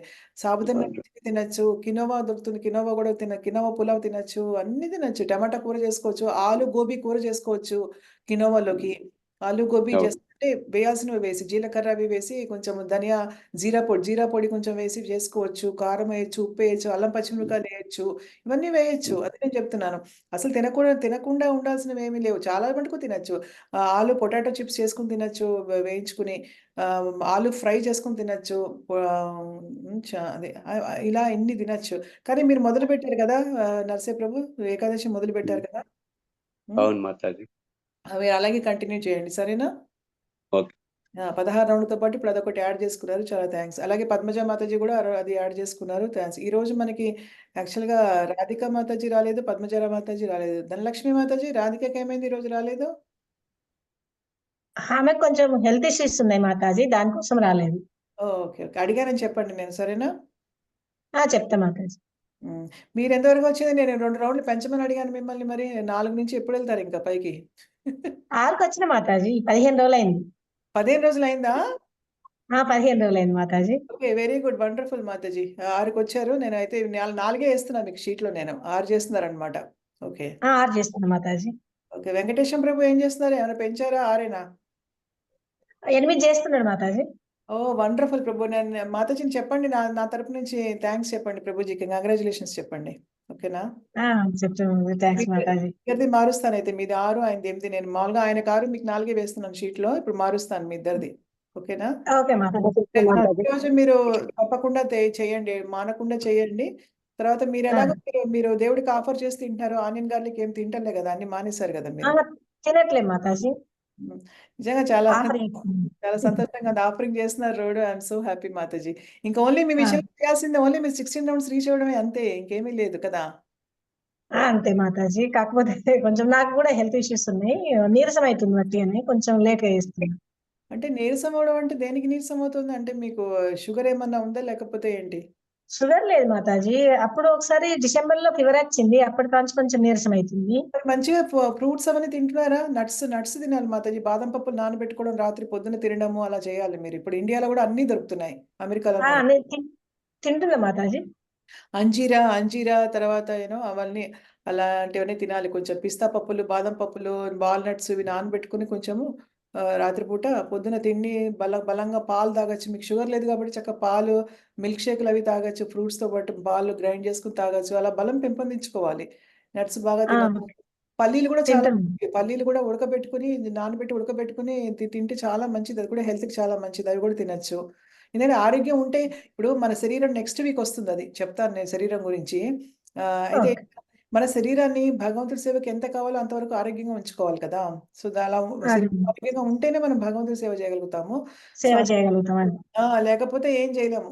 ఎందుకు పనికి రాకుండా అయిపోతాం. అందుకని ఎంత అవును. పోషణ అంత ఇవ్వాలి శరీరానికి. టూ మచ్‌గా అవసరం లేదు గానీ ఎంత కావాలో అంత ఇవ్వాలి కాబట్టి మీరు మంచి ఫుడ్ తీసుకోవడానికి ట్రై చేయండి. మంచిగా పప్పు తినండి. ఇంకా ఎందుకంటే మనం మాంసం, గీంసం ఏం తినం కాబట్టి ఇంకా పప్పు తినం. అదే. ఆ! పప్పు బాగా మంచిగా తినండి మీరు. పప్పు ఓకే. పెరుగు తినండి. పాలు కొంచెం ఏమైనా ప్రోటోవిక్స్ అని దొరుకుతోంది. మా మమ్మీ చెప్పింది. ఆమె తాగుతుందంట ప్రోటోవిక్స్ ఇప్పుడు. రాసిచ్చిండు మాతాజీ. తాగుతున్నా. తాగుతున్నారా? కనీసం తాగుతున్నా. అదేనా? అదే రాసిచ్చారా మీకు? అదే రాసిచ్చాడు మాతాజీ. ఈ మాతాజీ ఆ ప్రోటోవిక్స్ దొరుకుతుంది. మీరు అది తాగండి. ఎందుకంటే బలంగా ఉండండి. ప్రభుజీకి కూడా మంచి ఫుడ్ పెట్టండి. మంచి ఫుడ్ తీసుకొని చక్కగా ఇలా ప్రసాదం తింటున్నారు. ఎలాగో సంతోషం. మంచి ప్రసాదం తింటున్నారు. అన్ని నట్స్ ఇవన్నీ యాడ్ చేసుకోండి. ఫ్రూట్స్, నట్స్ బాగా తినండి. సరేనా? సరే మాతాజీ. యాహ్! ఆరోగ్యం మంచిగా చూసుకోండి మాతాజీ. సరేనా? హరే ఓకే కృష్ణ మాతాజీ. మాతాజీ. హరే కృష్ణ హరే శ్రీలక్ష్మి కృష్ణ. మాతాజీ మీరు ఎంతవరకు వచ్చింది చూస్తున్నాను. చాంటింగ్ పాపం కనీసం 2, 3 రౌండ్‌లైనా చేయడానికి ట్రై చేస్తున్నారు కుదిరినప్పుడు. లేదంటే 5 చేస్తున్నారు. ఆ! మినిమం 5 చేసి ఒక రోజు పెట్టడం మర్చిపోతున్నా మాతాజీ. నిన్న కూడా నిన్న పెట్టాను, మొన్న పెట్టడమే మర్చిపోయాను అన్నట్టు. మధ్యలో మర్చిపోతున్నా. ఆహా! పెడదాంలే అని అనుకుంటే మర్చిపోతున్నా. నేను వేసేస్తాను మీరు పెట్టకపోయినా మీరు 5 చేస్తున్నారంటే, కానీ అప్పుడప్పుడు 3 అప్పుడప్పుడు 4 అలా చేస్తున్నారు. అవును ఆ! అవును నిన్న 3 చేసిన మాతాజీ. హ్మ్. ఇవాళ చాలా బాగుంది మాతాజీ ఇవాళ. మీరు దేవుడితో మాట్లాడుకునే విధానము, చెప్పే విధానము చాలా మంచిగా అనిపించింది. నాకు కొన్ని సన్నివేశాలు కళ్ళ నీళ్ళు కూడా వచ్చినాయి. హరే కృష్ణ. చాలా బాగుంది. యాహ్! ఉమ్. అంటే కోపమొస్తే తిడతాను. మళ్ళీ ప్రేమిస్తే ముద్దు పెట్టుకుంటా అలా చేస్తూ ఉంటాననమాట. ఆ! అదే మన పిల్లలతోటి మన వాళ్ళతోటి ఎలా ఉంటామో అలా. అలాగే. అది ఉండడం అనేది అదేనమాట. అలా ఆ ఇంటిమసీ అనేది పెరుగుతుంది భగవంతుడితోటి మనకు కనుక మనం అలా ఉంటే అని నా ఉద్దేశం అనమాట. అందుకని విగ్రహాలు ఎందుకంటే ఒక పర్పస్, ఒక లక్ష్యం ఉంది. విగ్రహాలు ఎందుకు పెట్టుకుంటాం ఇంట్లో అంటే వాళ్ళతోటి ఒక అనుబంధం ఏర్పడిపోతుందనమాట. వాళ్ళకి కూడా ఏర్పడుతుంది మన పట్ల. మనకు కూడా ఏర్పడుతుంది. సో, వాళ్ళు కూడా ఏంటంటే ఒక పూట మనం వాళ్ళ దగ్గర రాకపోయినా పాపం ఎదురు చూస్తూ ఉంటారు మన కోసం. ఏంటి రాలేదు ఈరోజు రాలేదని చెప్పేసి. యాహ్! జస్ట్ మన yeah! Mataji. Thank you Mataji. Thank you so much Mataji. అదే మరి మీకు ఏమాత్రం వీలున్నా మీకు 5 రౌండ్‌లు ఖచ్చితంగా చేయడానికి ట్రై చేయండి మాతాజీ. 5 రౌండ్లు కంపల్సరీ అవుతున్నాయి. మధ్య మధ్యలోనే వీలు కుదరినప్పుడే ఒక 3, 2 అలా అవుతుంది. హుహు. కంపల్సరీ చేయడానికి చేస్తాను Mataji. Thank you. Thank you ఆహా. మాతాజీ. యాహ్! హరే కృష్ణ మాతాజీ. హరే కృష్ణ. కళ్యాణ్ వాళ్ళు వచ్చినప్పుడు కూడా మేము ఆనియను అవన్నీ తిన్నాం మాతాజీ. ఇక కళ్యాణి వాళ్ళు వచ్చినప్పుడే కాదు. ఇప్పుడు మీరు కూడా తీసుకుంటున్నారు కాబట్టి దాని గురించి ఆలోచించాలి మీరు కూడా. టైం చిన్నగా ట్రై తీసుకోండి. చేస్తాము. టైం తీసుకోండి. టైం తీసుకొని ఓకే మాతాజీ. టైం మొన్న తీసుకొని పెళ్ళప్పుడు కూడా అవన్నీ లేకుండా చేపించాము. వావ్! అవునా? ఆ! పెళ్లి కొడుకుని చేసేటప్పుడు, రథం అప్పుడు, రిసెప్షన్ అప్పుడు అన్ని ఆహా! ఆనియన్ అది గార్నిక్ లేకుండా చేపించాము వంట కూడా. వావ్! చాలా సంతోషం. కళ్యాణి ఉంటుంది కదా అని అలాగే చేపించాము. మీ పిల్లల గురించైనా మీరు మానేశారు. మీరు కమలకుమారి మాతాజీ వాళ్ళు నాకు చాలా సంతోషం. అదే ప్రాక్టీస్ నెమ్మది నెమ్మదిగా చేద్దురు గానీ మానేలేదు. కాకపోతే కళ్యాణి వచ్చినప్పుడు మాత్రమే అవుతుంది. ఖచ్చితంగా మానేయటం అంటే ఇంకా రాలేదు. చెయ్యాలి. ఇంకా చేయాలి. రాలేదు. అది చాంటింగ్ చేసినప్పుడు వస్తుంది. బాగా చాంటింగ్ చేసినప్పుడు వస్తుంది. ఇప్పుడు నేను ఇండియా ఎళ్తే కూడా మా అమ్మ వాళ్ళు కూడా నాకు ఆనియన్ లేకుండా పెడతారు. వాళ్ళు గార్లిక్ ఎక్కువ తినరు గానీ ఆనియన్ నేనున్నప్పుడు తెచ్చుకోరు అసలు ఇంట్లో అన్నమాట. మొత్తం అసలు కనిపించదు నాకసలు. అది ఉండనే ఉండదసలు మొత్తం. జస్ట్ సో, అలా. చూద్దాం మాతాజీ నాకొకటే మీరు చాంటింగ్ చేయడం ద్వారా అన్నీ సాధించగలుగుతారు. సో, చాంటింగ్ మాత్రం శ్రద్ధగా చేయండి. సరేనా? హరే కృష్ణ. ఓకే మాతాజీ. హరే కృష్ణ. లక్ష్మీ మాతాజీ చాలా థాంక్ యూ లక్ష్మీ మాతాజీ. మళ్ళీ మీరు శ్రద్ధగా టక టక టక మీ రౌండ్స్‌కి మీరొచ్చి చేస్తున్నారు. చాలా సంతోషం మీరు. Thank you Mataji. మధ్యలో కొన్నాళ్ళు మీరు కొంచెం ఇదయింది. ఒకటేంటంటే నేను ఇంకోటి చెప్పాలి ఎవరికైనా సరే చెప్పేదొకటే. మన జీవితంలో మన కమిట్మెంట్స్‌కి మన పిల్లలకి తోటి, మన హస్బెండ్ తోటి ఏదైనా కమిట్మెంట్స్‌కి మన భక్తి జీవితానికి ఎటువంటి సంబంధము లేదు. ఒకదానికొకటి సంబంధం ఏమీ లేదు. అంటే మన మన భక్తి జీవితము మన మన కమిట్మెంట్స్‌కి ఏమి అవరోధం ఏమీ కాదు. ఒకటి గుర్తుపెట్టుకోండి ఎవరైనా సరే. అంటే అందరికి పిల్లలున్నారు, ఏవో బాధ్యతలున్నాయి గానీ, మన భక్తి జీవితానికి మన దానికి కూడా ఏమి సంబంధం ఏమీ లేదు. అర్థమైందా? ఎవరు మన మన మన కమిట్మెంట్సే. మన భక్తి జీవితం మన భక్తి జీవితమే. అంతే ఒకటి గుర్తుపెట్టుకోండి. అంతే ఒక్కటే చెప్తున్నాను నేను. Thank you Mataji. మళ్ళీ మీరు 11 రౌండ్స్‌కొచ్చారు. I'm so happy. మధ్యలో కొన్నాళ్ళు కొంచెం కష్టమైంది గానీ, మీరు మళ్ళీ వచ్చారు మీ రౌండ్స్‌కి. చాలా థాంక్స్ మాతాజీ. ప్రభావతి మాతాజీ. హరే కృష్ణ. హరే కృష్ణ మాతాజీ. వెరీ నైస్ మాతాజీ. చాలా థాంక్స్ మీరు మంచిగా మీరు 8 రౌండ్స్ అసలు చాలా చక్కగా చేస్తున్నారు. ఎంత రాత్రైనా పెడతారు నాకు. అసలు చాలా థాంక్ యూ నిజంగా మీరు. మీరు కూడా బాగా ఆధ్యాత్మికంగా మీరు పురోగతి సాధించాలని నేను మనస్ఫూర్తిగా కోరుకుంటున్నాను. మీరు కూడా వీలైతే ఆనియన్ గార్లిక్ బంద్ చేసి తింటే బెటరు. అది మానేయడానికి ట్రై చేయండి. మీరు ఫోకస్ దాని మీద కూడా పెట్టండి. తప్పకుండా చాటింగ్ మీకింక వేరేవేమీ లేవు మాతాజీ. నిజంగా అదృష్టం అది. వేరేవేవి అట్లాగే ఓన్లీ ఇగో ఈ 16 రౌండ్లు చాంటింగ్ వరకు రావడము ప్లస్ ఆనియన్ గార్లిక్ మానేయడము అంతే. ఆ రెండే. అట్లాగే అందుకని మీరు చాంటింగ్ చాలా చక్కగా 8 రౌండ్లు చేస్తున్నారు. మీరు టైం తీసుకొని మీరు ఫోకస్ చేసుకోండి. సరేనా? అన్నిటి ఆలోచించుకోండి. అట్లాగే మాతాజీ. ఓకే. హరే కృష్ణ. హరే కృష్ణ. అందరితో మాట్లాడానని అనుకుంటున్నాను. ఒకసారి రికార్డింగ్ స్టాప్ చేస్తాను నేను.